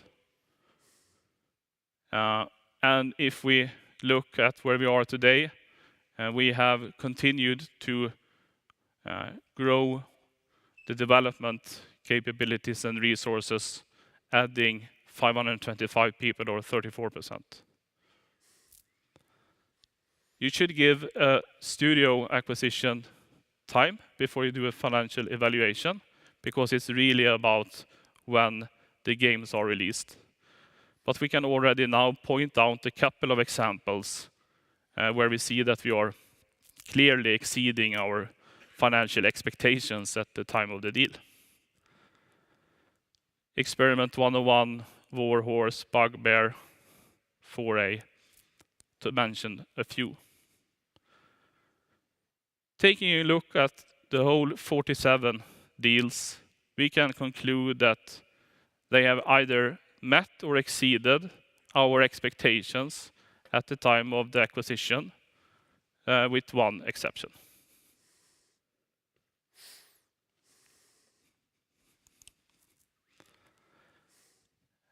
We are also in a relatively large project to change listing venue and to change our accounting standards to IFRS. The project is progressing according to plan, and we have the ambition to be ready for a listing at the end of 2022, provided that we meet the milestones that we have in front of us, of course, as planned. We would like, however, to give a bit of a preview on segment reporting. We have identified 4 segments. It's PC, console games, mobile games, tabletop games, and also entertainment and services. And the first 3 is basically what we today call business area games. On a pro forma basis, the full year, our full year net sales amounts to 31 billion. 27 of that is from PC console games, mobile games, and tabletop games, and 12% from entertainment and services. PC console amounts to 30%, mobile games 20%, tabletop games 38%.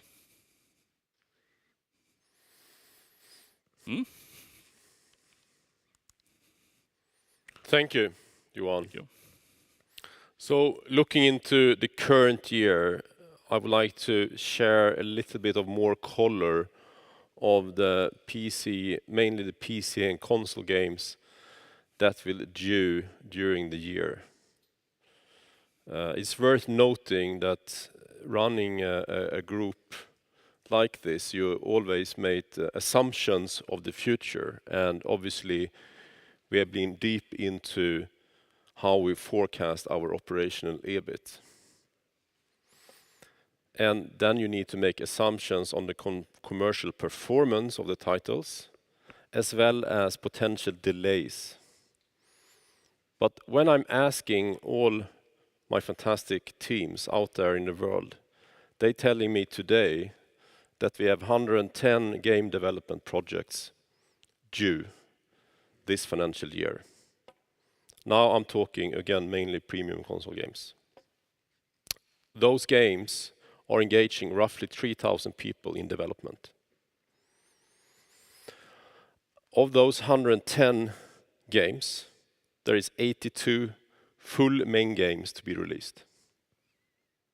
There is 9 major DLC and new content coming to the market, and there is 19 porting projects into new platforms.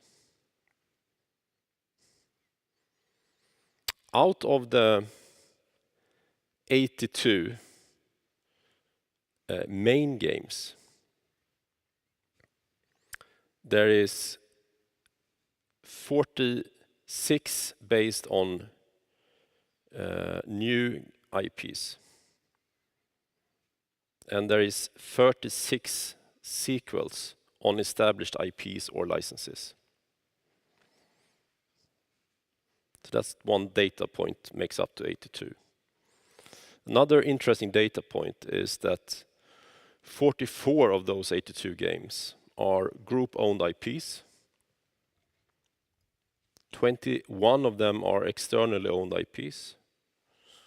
And 17 are licensed or by group-controlled IPs.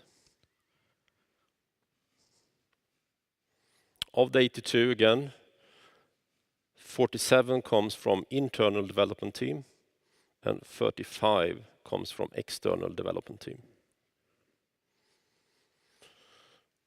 42 of them are announced as of today, and 40 of them is not announced as of today.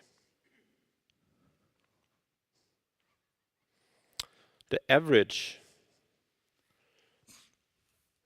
development team size is 32 people, but the median development team size is 20.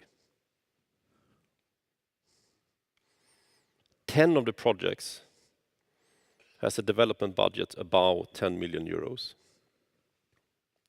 and 34 of them has forecasted sales of more than 10 million euros over the 24 months period we are forecasting.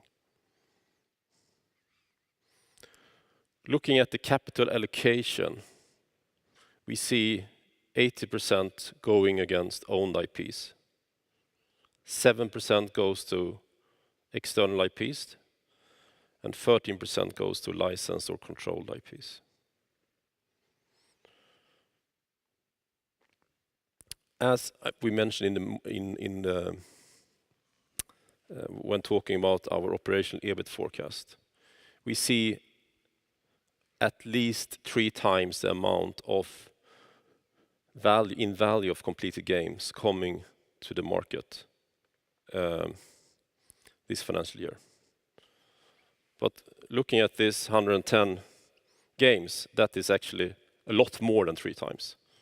But we are assuming that there will be a number of delays in this pipeline, because there is always delays in the games industry, and the quality of our products always comes first, to polish and to find the right timing for release.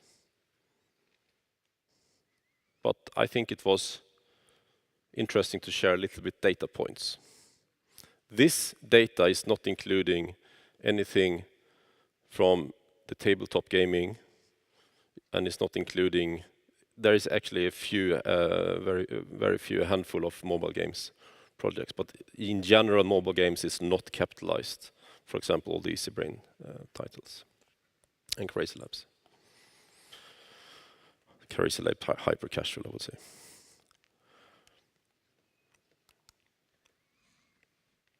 Johan, or let me start with this. So looking into some notes for our operational EBIT forecast. First of all, the market. We are in a growing market, and the need for high quality content and development resources are enormous. It's greater than ever, and we can hear from our platform partners, they want more development resources, they want more new products coming through. That is a key driver. The strong organic growth expected is driven by at least 3 times higher accumulated investment value of games planned for release this financial year compared to last year.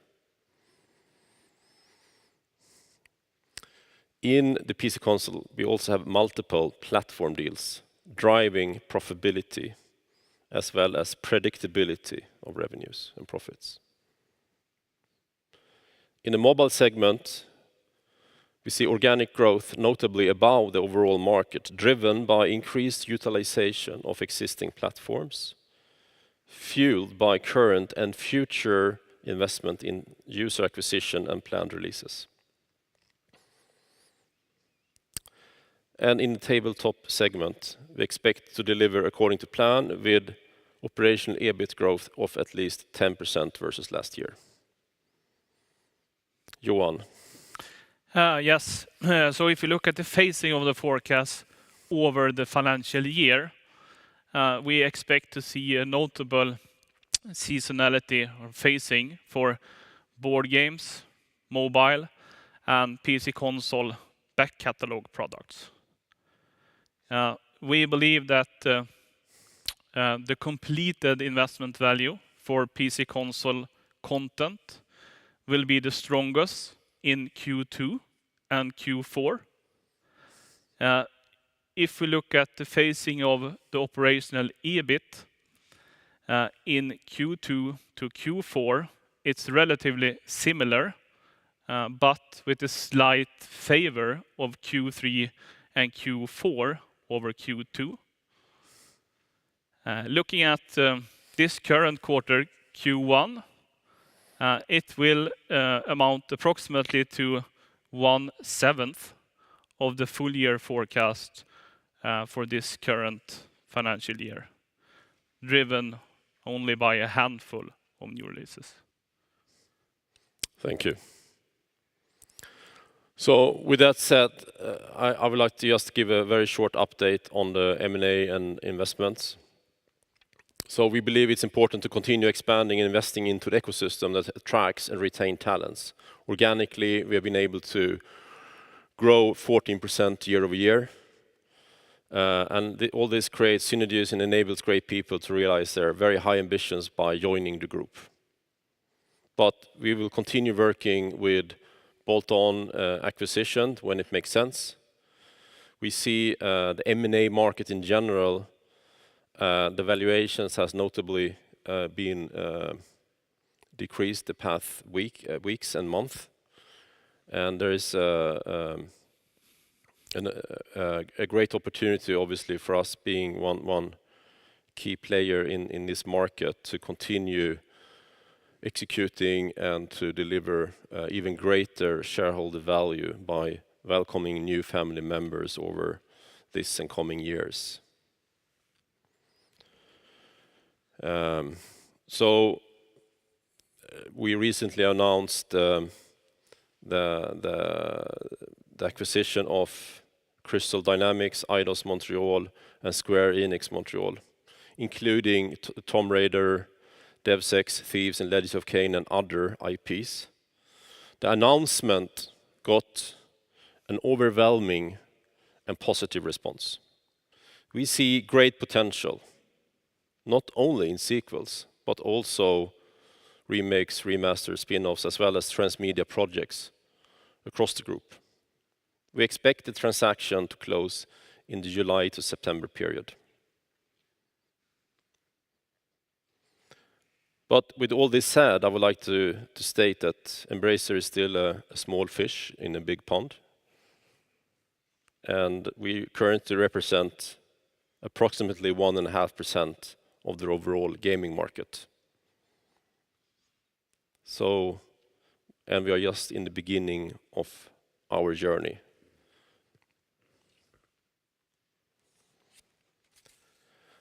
It's important for me as a founder and major shareholder to have committed long-term shareholders that share the same long-term horizon. I'm humble and grateful to all of our current loyal shareholders for their commitment and long-term support.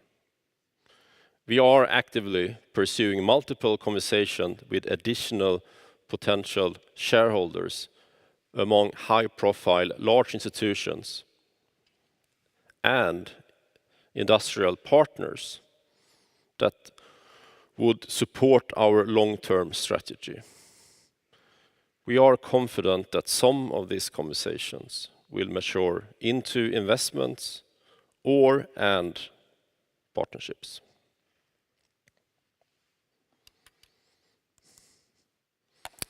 Before the Q&A starts, and I would like to welcome the Asmodee team here on stage to have questions with Oscar as well. I would like to share a picture with you of the Embracer Games archive, something that we have an enormous positive response from key stakeholders, both within and outside the group, and this makes me smile when doing the everyday business. And actually, I was really glad to see the first commercial output from this, that they're looking to do a retro console on one of the iconic formats within the group, and they asked the archive to actually provide the physical copies because they were not existing elsewhere. So let's see how this will develop over the coming years. There is a huge excitement around this. So with that said, I would like to hand over to Oscar.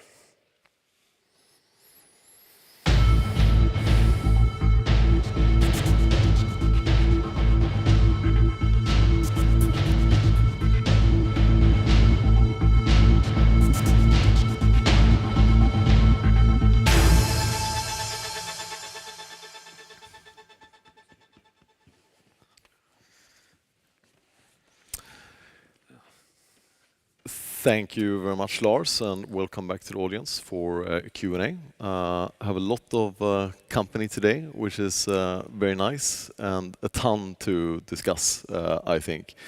But let's start with some questions on Q4. So Lars and Johan. Relatively few in-house published titles of substantial size in Q4, and quite tough comparisons, obviously, with Valheim, but 3% pro forma growth. But I want to start by asking just on the back catalog. Anything that really stands out on the back catalog? Any positive surprises, negative surprises? No, I'm just amazed by the diversity of the catalog and the stability of key titles like Metro Exodus, SpongeBob, Borderlands, and many, many others. As Johan stated, looking at the year, the largest title only represented 4%, and that's including new releases. So we have hundreds, or I would say thousands, of revenue lines, and that is not including the thousands coming from Asmodee, coming through the group every day. So I think that is a solid foundation of having that everyday business. Great. And let's talk a little bit about the releases in the quarter, the new titles. And the big release, Tiny Tina's Wonderlands from Gearbox. Obviously, Randy and his team seems very happy. And I think Take-Two reported in its Q4 report that $84 million in sales in the first sort of week, I suppose. And you mentioned in the report that it continues to perform strongly. Randy seems really happy.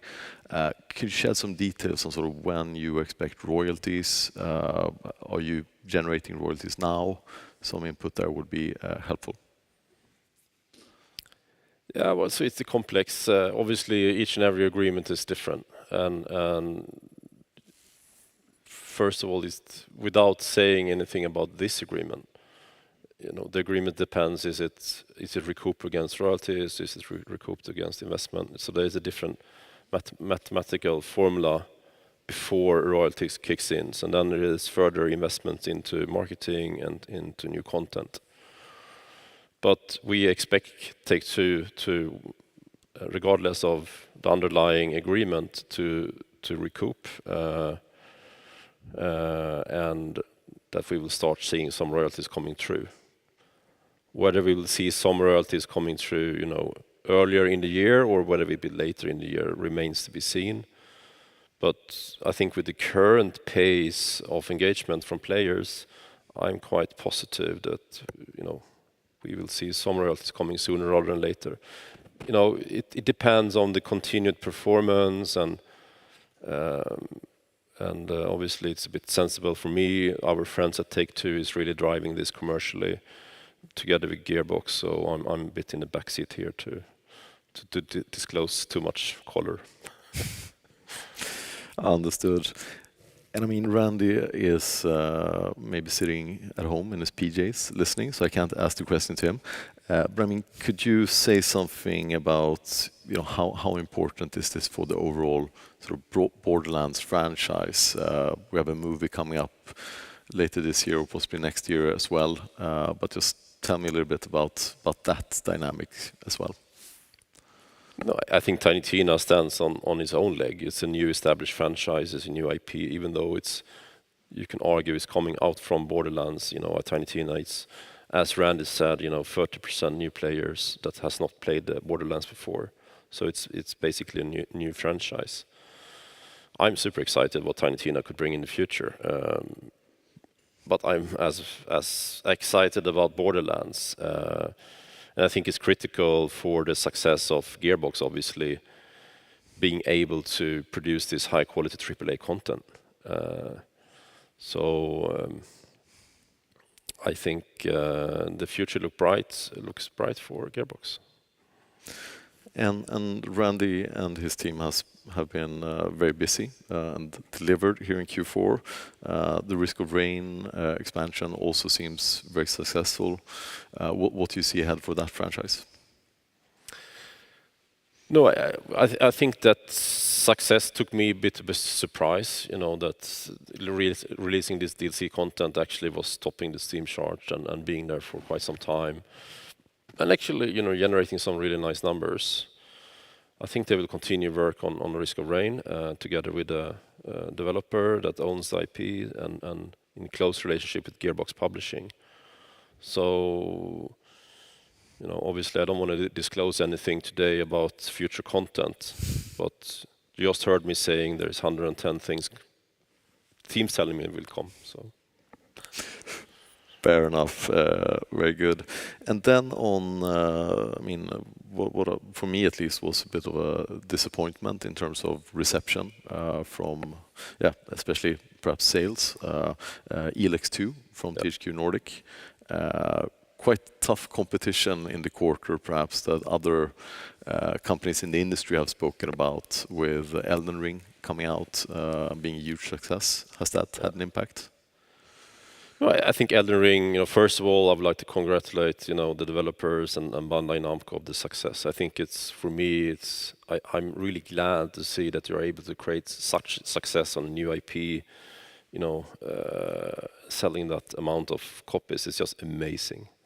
And I think that tells for the industry and for us in the future. Obviously, when that came out, it was more like a GTA moment of capturing the dollars in the marketplace, especially if you had a product that goes into the same player base. And ELEX 2, I think, came out a week after Elden Ring. So even I know the analysts of Embracer, they play Elden Ring above ELEX 2. So that tells a bit of, but I think ELEX has a strong fan base. So and the game is in line with the expectation of that fan base. So looking at ELEX 1, it's actually commercially viable, and it's continuing to perform. And I'm sure ELEX 2 will, be a good investment over time. and most importantly, they delivered a quality product to their fan base. Then you can argue whether they expanded it further, but to that core fan base they did deliver. Perfect. And going over a bit to Matt for some questions. I mean, after the quarter, you released Evil Dead, the game. You mentioned before here that the game has sold 500,000 copies in 5 days. What do you think about the longevity of the game, the roadmap for new content? What do you think of the ratings, which are not, fantastic, I would say, but perhaps for the genre, it's quite solid. Well, I'll take your last comment first. Actually, we're pleasantly surprised by the reviews that we've gotten for the game. An asymmetrical game, which is primarily multiplayer in nature, to score what it scored.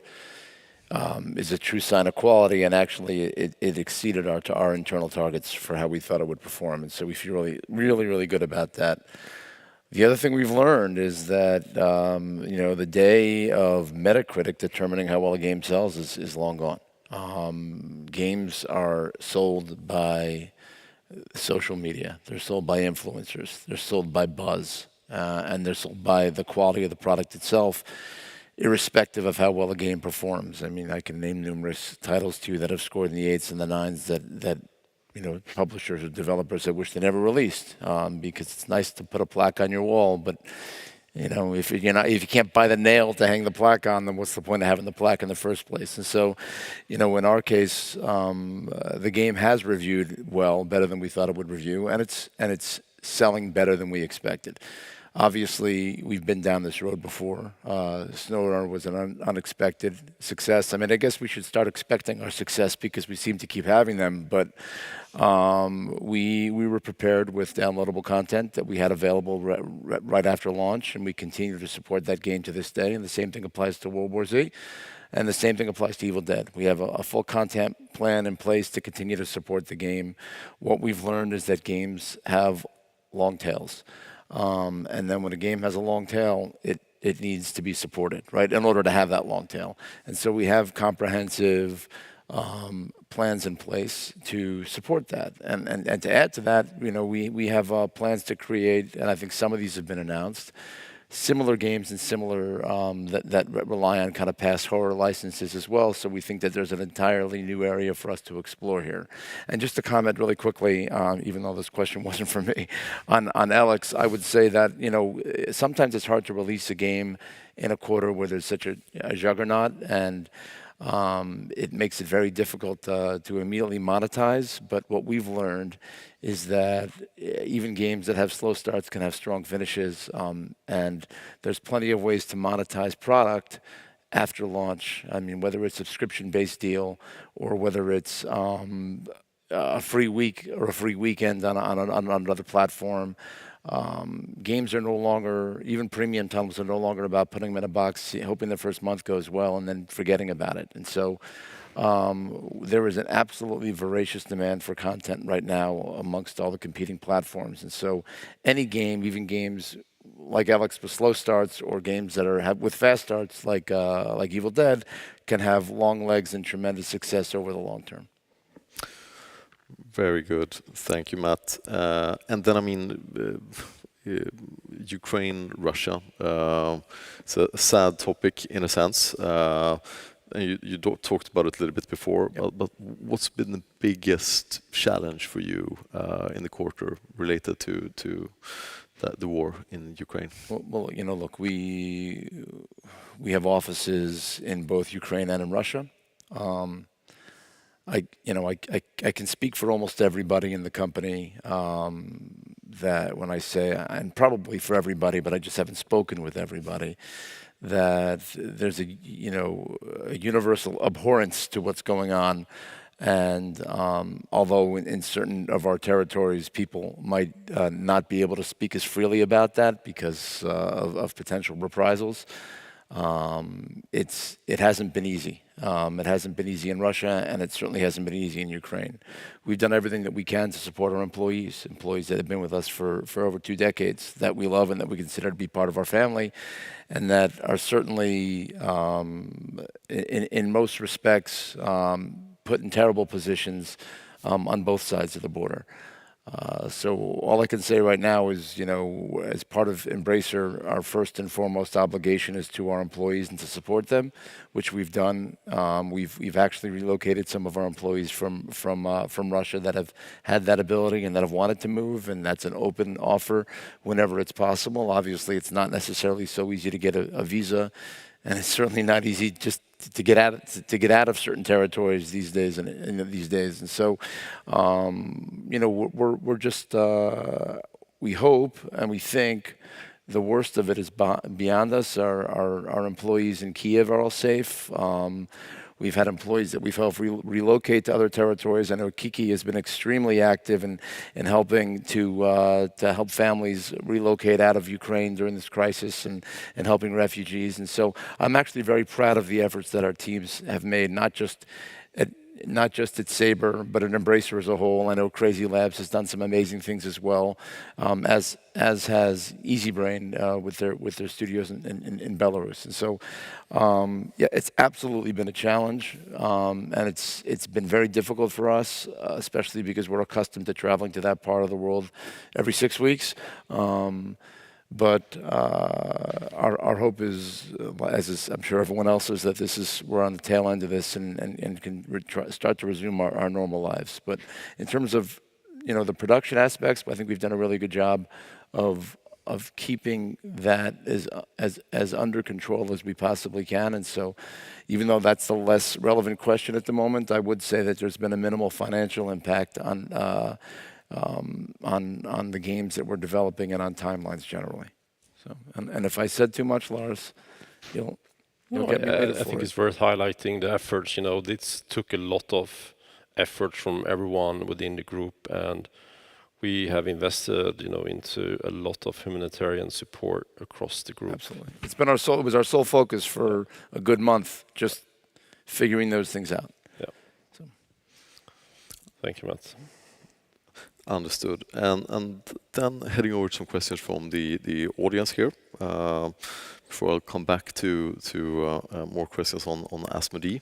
And please remember that you can ask questions in the chat. I will get them here and try to ask as many as I can.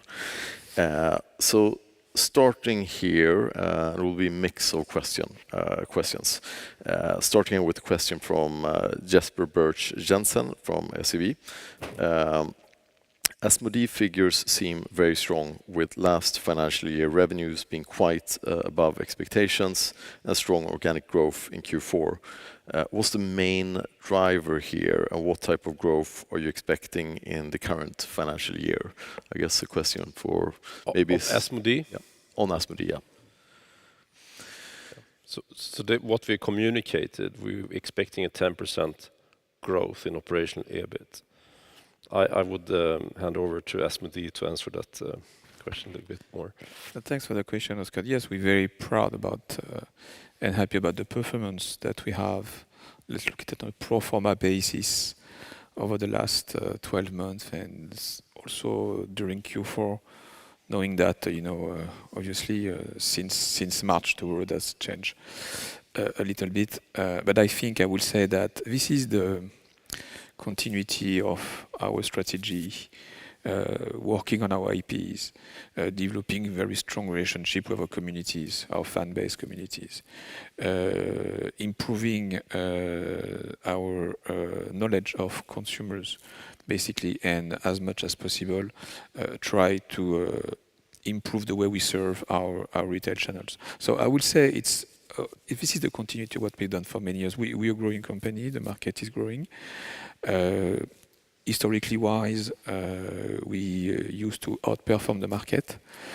If we had to look Q4 and calendar year, okay, since Jan, what we see, and this is what we were expecting, because when I was presenting Asmodee for the first time back in December, we talk about the market. Our view was that the market is going to be flat for the year to come, which is currently what we can see. And in this situation, we are to some extent outperforming the market.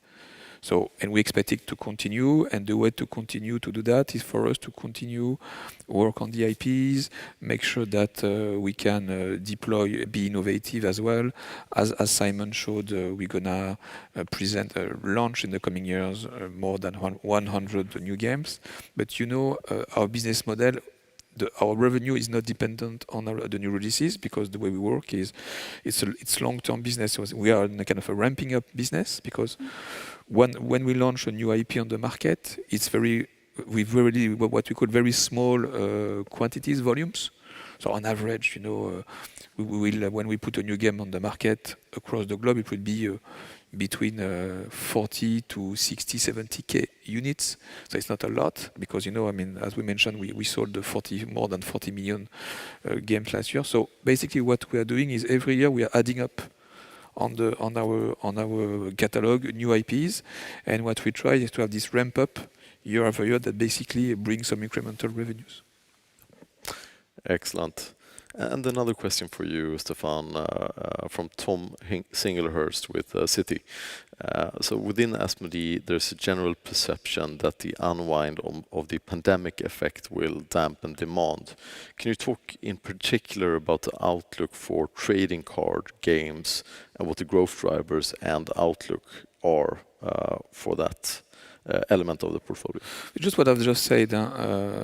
Some months ago, and when we presented the numbers and we reviewed the consumer market analysis after 2021 and the COVID impact, we were expecting, the market was expecting our business to be flat, and then from 2023 to start again on a kind of a 3 to 5% growth curve, which is what we expect. As I just said, year-to-date calendar year, the market is flat as expected. In this context, we overperform. Games are overperforming, and TCGs, trading card games as well. We expect the trading card game to stay quite high, because it's fantastic franchise. So we are lucky to be a very strong long-term partner to a fantastic franchise such as Pokemon and Magic, and we know that those brands are really booming, and it does have very long-term brand with very strong communities. So I will say, okay, we expect this market to be flattish this year, and from 23 to the growth to come back at the pace we knew on the past years. Perfect. Thank you, Stefan. And then a question for you, Lars, here from Nick Dempsey. Across the industry, PC and console games have been seeing delays. Your approach is not to force games to be released before they are ready. So when setting the guidance here for full year 23, have you factored in a number of likely delays into your thinking, or is the range just based on the slate that you have in front of you for the year? No, we are assuming delays when we are doing our forecast. To major games as well, or the ones with a budget above sort of 10 million euros as well? There has been a little bit of movement within the guided range with our forecasting. Mainly, I would say, in the next financial year. So there is things moving in and there is things moving out. So for 2023 and 2024, primarily? Yeah. Okay. But as I stated, I gave a little bit of color. We have 110 games projects being released.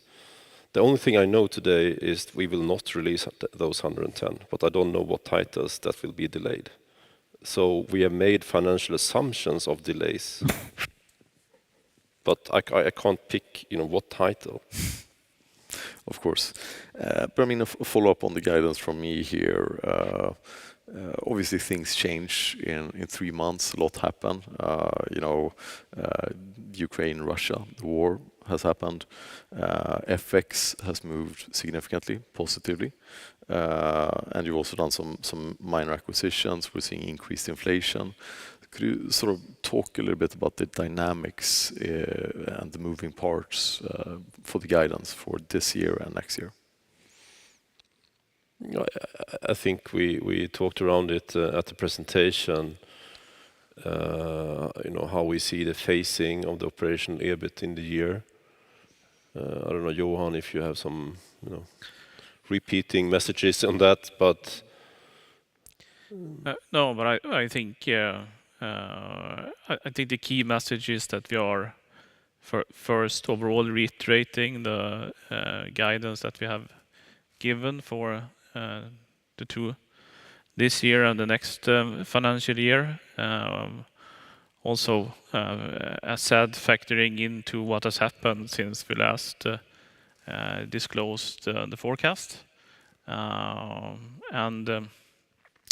We spent a bit of time on the presentation now to talk about seasonality because, of course, we have the releases where just the release schedule has a big impact on especially within PC console. But also when you look at Asmodee being a new business for us, where you have clear seasonality, and I think you explained that really well in the presentation. So that's been part of or taken into account when discussing the phasing. So 1/7. 1/7 for the Q1, approximately. Yes. Of the forecast in this current quarter. And then there is fairly similar Q2, Q3, Q4. A little bit more into Q3 and Q4. And a question on that topic from Martin Arnell at DNB Markets.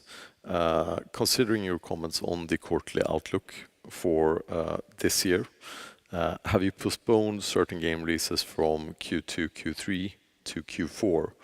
And if so, which titles and for what reasons? We just said that we are expecting the most completion value in Q2 and Q4. Enough said. And then, I mean, obviously, Easybrain will be a strong driver of organic growth. I mean, I thought there was some seasonality, but there does not appear to be. They just continue growing fantastically. But is it fair to say here, another question from Martin Arnell, is it fair to say that strong Easybrain revenue came at the expense of a lower EBIT margin? And what about, if you could say something about the quality of new mobile users and your ability to capitalize on these in coming quarters? I think Easybrain in general, continues to surprise us with a very strong performance. I think it's their execution of what they're doing and focus around, being number one in the world. They just continue to outperform the competition and find new audiences. They, as all our businesses, they invest as much as they can organically when it makes sense. They have been aggressively investing into user acquisition, and that is paying off. And I expect them to continue doing that. It's really hard for me to forecast the user acquisition costs in the marketplace. But being one of the biggest players in the world, I think they're well positioned to understand that and grab all opportunities every minute and day to find new users in combination of organic user and inorganic users. So I'm expecting the user acquisitions spend to be on a fairly similar level. Then in this quarter, they made a platform deal with the ad platform that came on top of their business, and obviously we can't expect to have platform deals just that we can't have that in every premium games business. We can't expect to have that every quarter or even year. But there is value in what they have and the volume of players. So I think, and that platform deal itself showed that value.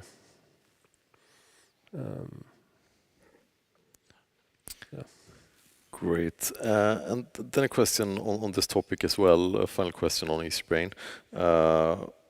Strong performance by Easybrain. Could you please expand on what the ads mediation platform has meant for Easybrain, and does this opportunity exist for your other mobile game publishers?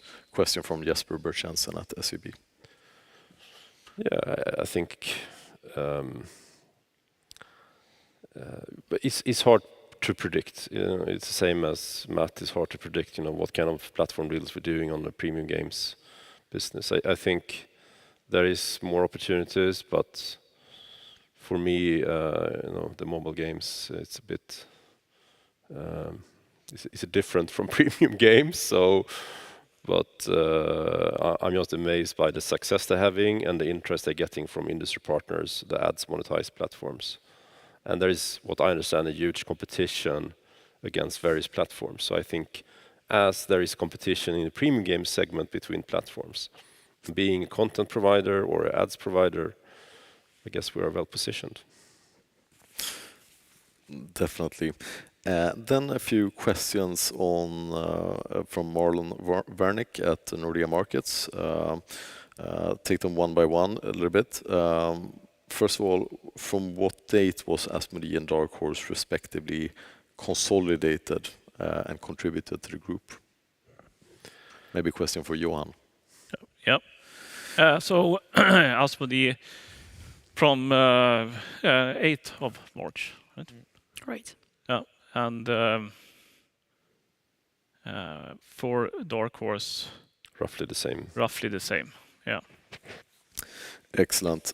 And then follow-on question here. You have an acquisition-related amortization expense of roughly 1.2 billion in the quarter related to amortization of IP rights.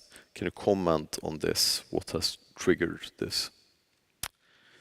You mean the amortizations expenses in the month or in the quarter? Yeah, for IP rights. Yeah.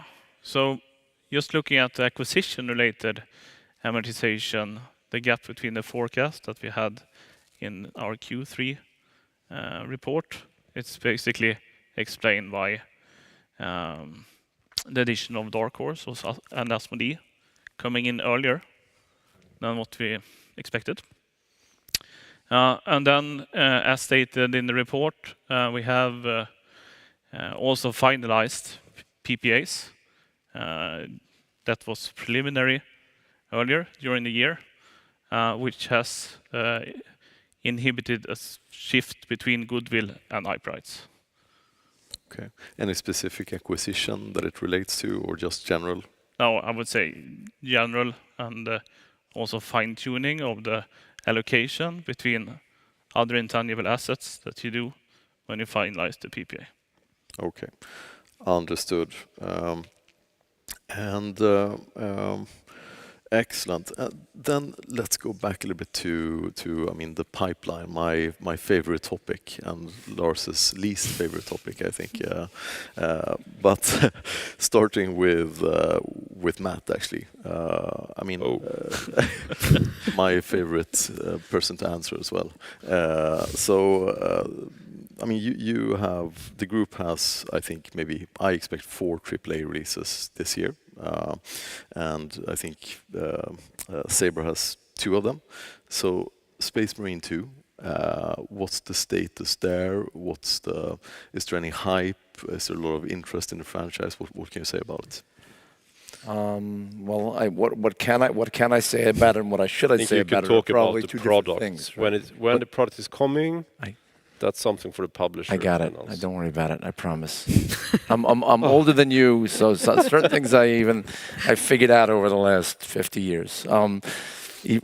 Although he is my conscience, he's like standing on my shoulder all the time. So I always have to make sure what I say. In terms of when it's coming out, we haven't announced a release date yet, I don't believe. When we do, you will be the first to know. I can tell you that there's a tremendous amount of excitement in the game. Obviously, the license holder in this is Games Workshop, and I can speak pretty freely when I say that I think this is the game that Games Workshop is most excited about in the history of every game they've ever made. And I can mirror those comments for many of the people that work within our company. And so I'm not that I want to hype the game up too much, but we've put a lot of effort, a lot of money, and a lot of love into this product, and it's certainly showing in the results. The buzz on this when it initially got announced was just fantastic. It exceeded our expectations. We knew it was going to be good. We didn't realize it was going to be this good, and that's been reflected in the interest that we've gotten from platform holders in making sure that it gets on their title, and maybe with some exclusivity, which we haven't announced or agreed to at the moment.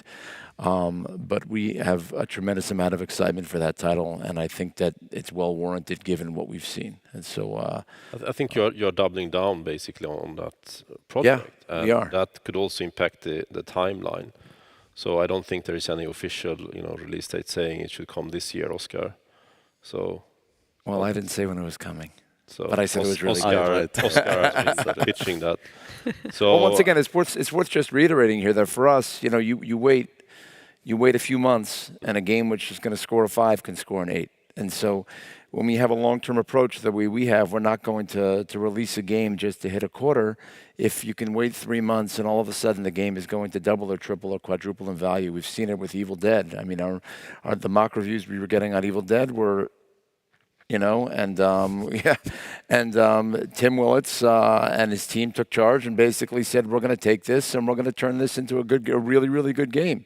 And we gave it just 3 extra months. And those 3 extra months moved us out of a quarter, but it made all the difference in this game. I really believe that. And so why would we have released it 3 months earlier just to put a number into the books? It just wouldn't have made sense for us. It's got to be quality first. That does not mean we're slipping on Space Marine, but it just means that our focus is on quality. But obviously, we always have an eye on budget.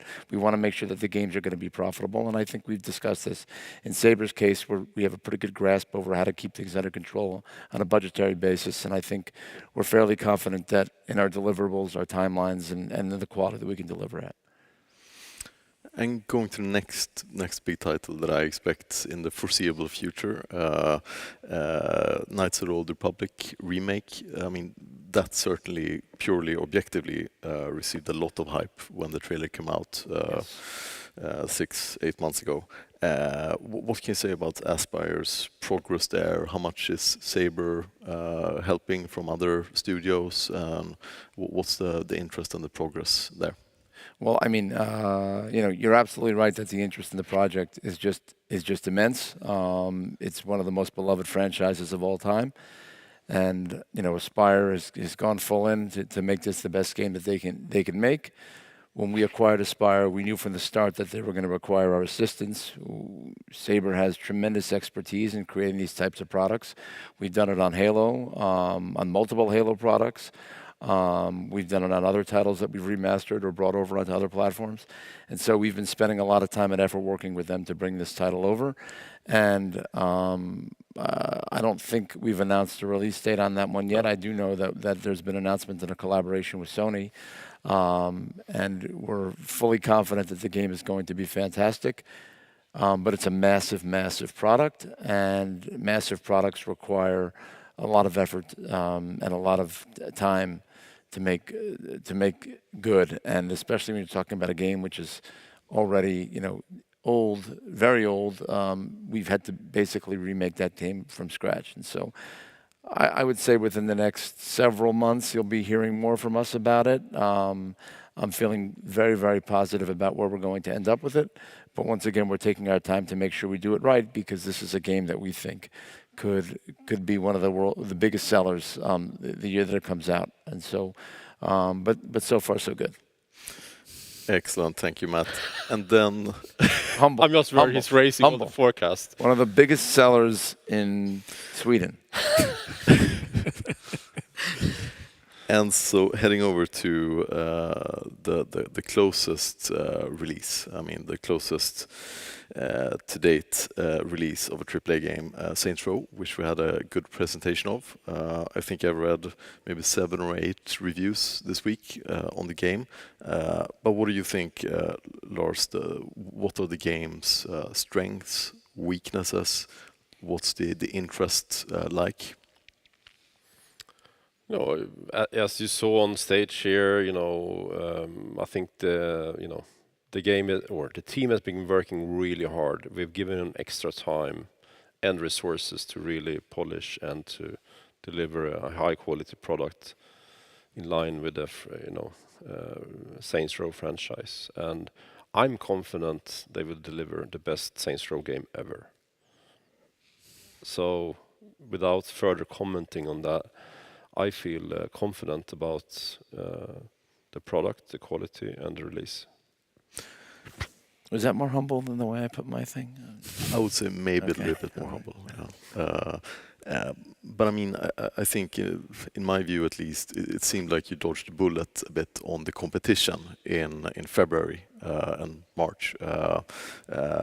What do you see in terms of competition in August currently? It's still a bit early. Let's see. I think it looks, it's hard to comment on the competition. There is no competition. That's what he really wants to say. There's no competition. But sometimes now you understand why you delay games. You got to get it in the right window. Absolutely. It's good with an interpreter here. That's why they bring me in from America, right? Excellent. And then, I mean, stepping back to Stefan and Moge, is it? Muge, sorry. Yes. So we talked a bit about the growth here in Q4, the outlook. What can you say about the progress in the US? It seemed like other markets were growing quicker currently, I mean in 2021. Also progress in the US, how large is it as a % of sales? And what's the opportunity there? Yeah, so I'll comment and you can jump on. First, the US is, in our opinion, progressing very well because if I'm correct, the US is a double-digit growth. The catalog there is only board games. We don't distribute TCGs. So also, as you have seen, there's also an acceleration in the growth of TCGs in Europe. So if we are to compare apple to apples, the overall growth, the game are growing by 13%. I think the US is growing by 16%. So I think US is overperforming the average growth that we have in the group. So we're super happy about our performance in the US, and specifically since last year when we basically implement our direct-to-hobby program, where we invest a lot in terms of our teams, our infrastructure, and as I said, what we want to do is to be closer to our sales channel and partner and better serve our customers. So I would say that the performance in the US is great. Okay. And other strategic priorities as you see it, the top 2 priorities in the next sort of 1-2 years? Are going to be not very innovative. It's to continue what we do, IP first, continue to enlarge the quality of our catalog, and make sure that we can continue to serve our customer the way we do it. Excellent. And then a question for you, Miguel. On the seasonality here, I mean, sales, I think we've received some input from the time of acquisition. But in terms of margins, is it very much stronger margins in Q3, fiscal Q3, or how much does it vary? Well, as I said, sales-wise, Q3 remains our highest period in terms of contribution, and Q1 and Q4 are the lowest. In terms of margin, the seasonality follows a similar pattern, so there is coherence in terms of seasonality. Understood. And what I mean, very exciting to see all the releases that have come out and are coming out. And I mean, a lot of licenses renewed, important licenses from the presentation there. Are there any licenses that were not renewed, and is that common, sort of, in the group? No, we don't have any. I mean, all our licenses are renewed. So we have very long-term partnership. We have very long-term partners with the licensor with whom we are working with.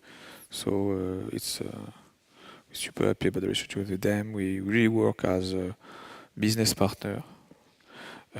We've been able to dedicate a team and invest a lot of money to work with them. And I think this is one of the reasons for the success and the ongoing continuation of the relationship. And also, we are super happy to see new partnerships, as we mentioned today, with Netflix, with Ben and so on, because they also, I think, appreciate the quality of our job, the investment that we put, the motivation of our team to work on very fantastic franchises, even if they don't belong to us, basically. Yeah, very much looking forward to the Squid Game. It was well. Myself. And just one final question. Just want to ask about, for example, this Exploding Kittens movie or series with Netflix. Can you just remind me or us about sort of your role and your involvement in that financially and operationally? So basically, it's we are, such as the Embracer Group, we are a highly decentralized company. So the TV animation, which is going to be, which currently on production, is going to be released in 2023 on Netflix, was already a discussion that the Netflix studio started to have before they joined the Asmodee, before we take a majority stake into the company.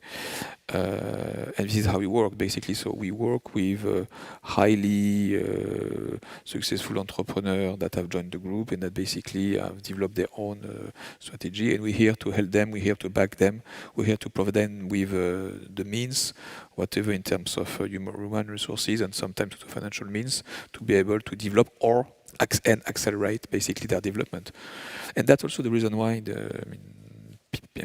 studios are willing to join us, is because when you are successful studios, you're independent, and you have many things to face, and we're here to help them. We're here to tell them, guys, you're going to focus on what you are very good at, i.e. innovation, development, publishing, and we're here to provide you with a lot of shared services and support. Oscar, I think we need to wrap up. Yeah, excellent. And I mean, just final topic before wrapping up, actually, because we have, I don't think I've ever received so many questions on one topic before regarding the Eidos and Crystal Dynamics and Square Enix acquisition. So I won't ask them all for sure, but perhaps some sort of quick questions there. First of all, will it be reported as an own unit or part of one? What's Yeah, so we are in the process of between signing and closing, and we are in the process to decide upon the exact structure, how those companies and assets will be reported and operationally be integrated into the group. So we are working around the clock to understand and to look at various opportunities. But I would like to point out that they are fantastic teams and very autonomous studios that has built over decades. So whatever structure they end up with within Embracer, they would have a lot of autonomy and trust from our side to deliver on their key expertise in the future. So I can't disclose any new information regarding that structuring, but there is obviously a lot of different options, even though we have a base case here, and regardless, there is a huge excitement also within the group about this opportunity. And I mean, you have announced some of the IPs in the deal. We have a ton of questions on every single IP that could be part of this deal, but I think I'll save those for when the deal is closed. But then just wrapping it up with the final question, a lot of questions on this final comment in the presentation on partnering with industrial partners, financial partners, what you spoke about there. If you have to choose, this question from Martin Arnell at DNB Markets, if you had to choose, what's the most interesting for you? One, a partner facilitating your geographical expansion, or two, diversification of your content and development. And if you could discuss that, give some flavor on the things you said there. The most important for us is that we get long-term partners believing in Embracer and the strategy we set out, and that we could remain an independent player within the gaming market. You know, we are working with all platforms and players, and we are part of this ecosystem. So I think we should be careful of entering partnerships where we're locking too much of our business into, you know, one group of people or one platform, for example.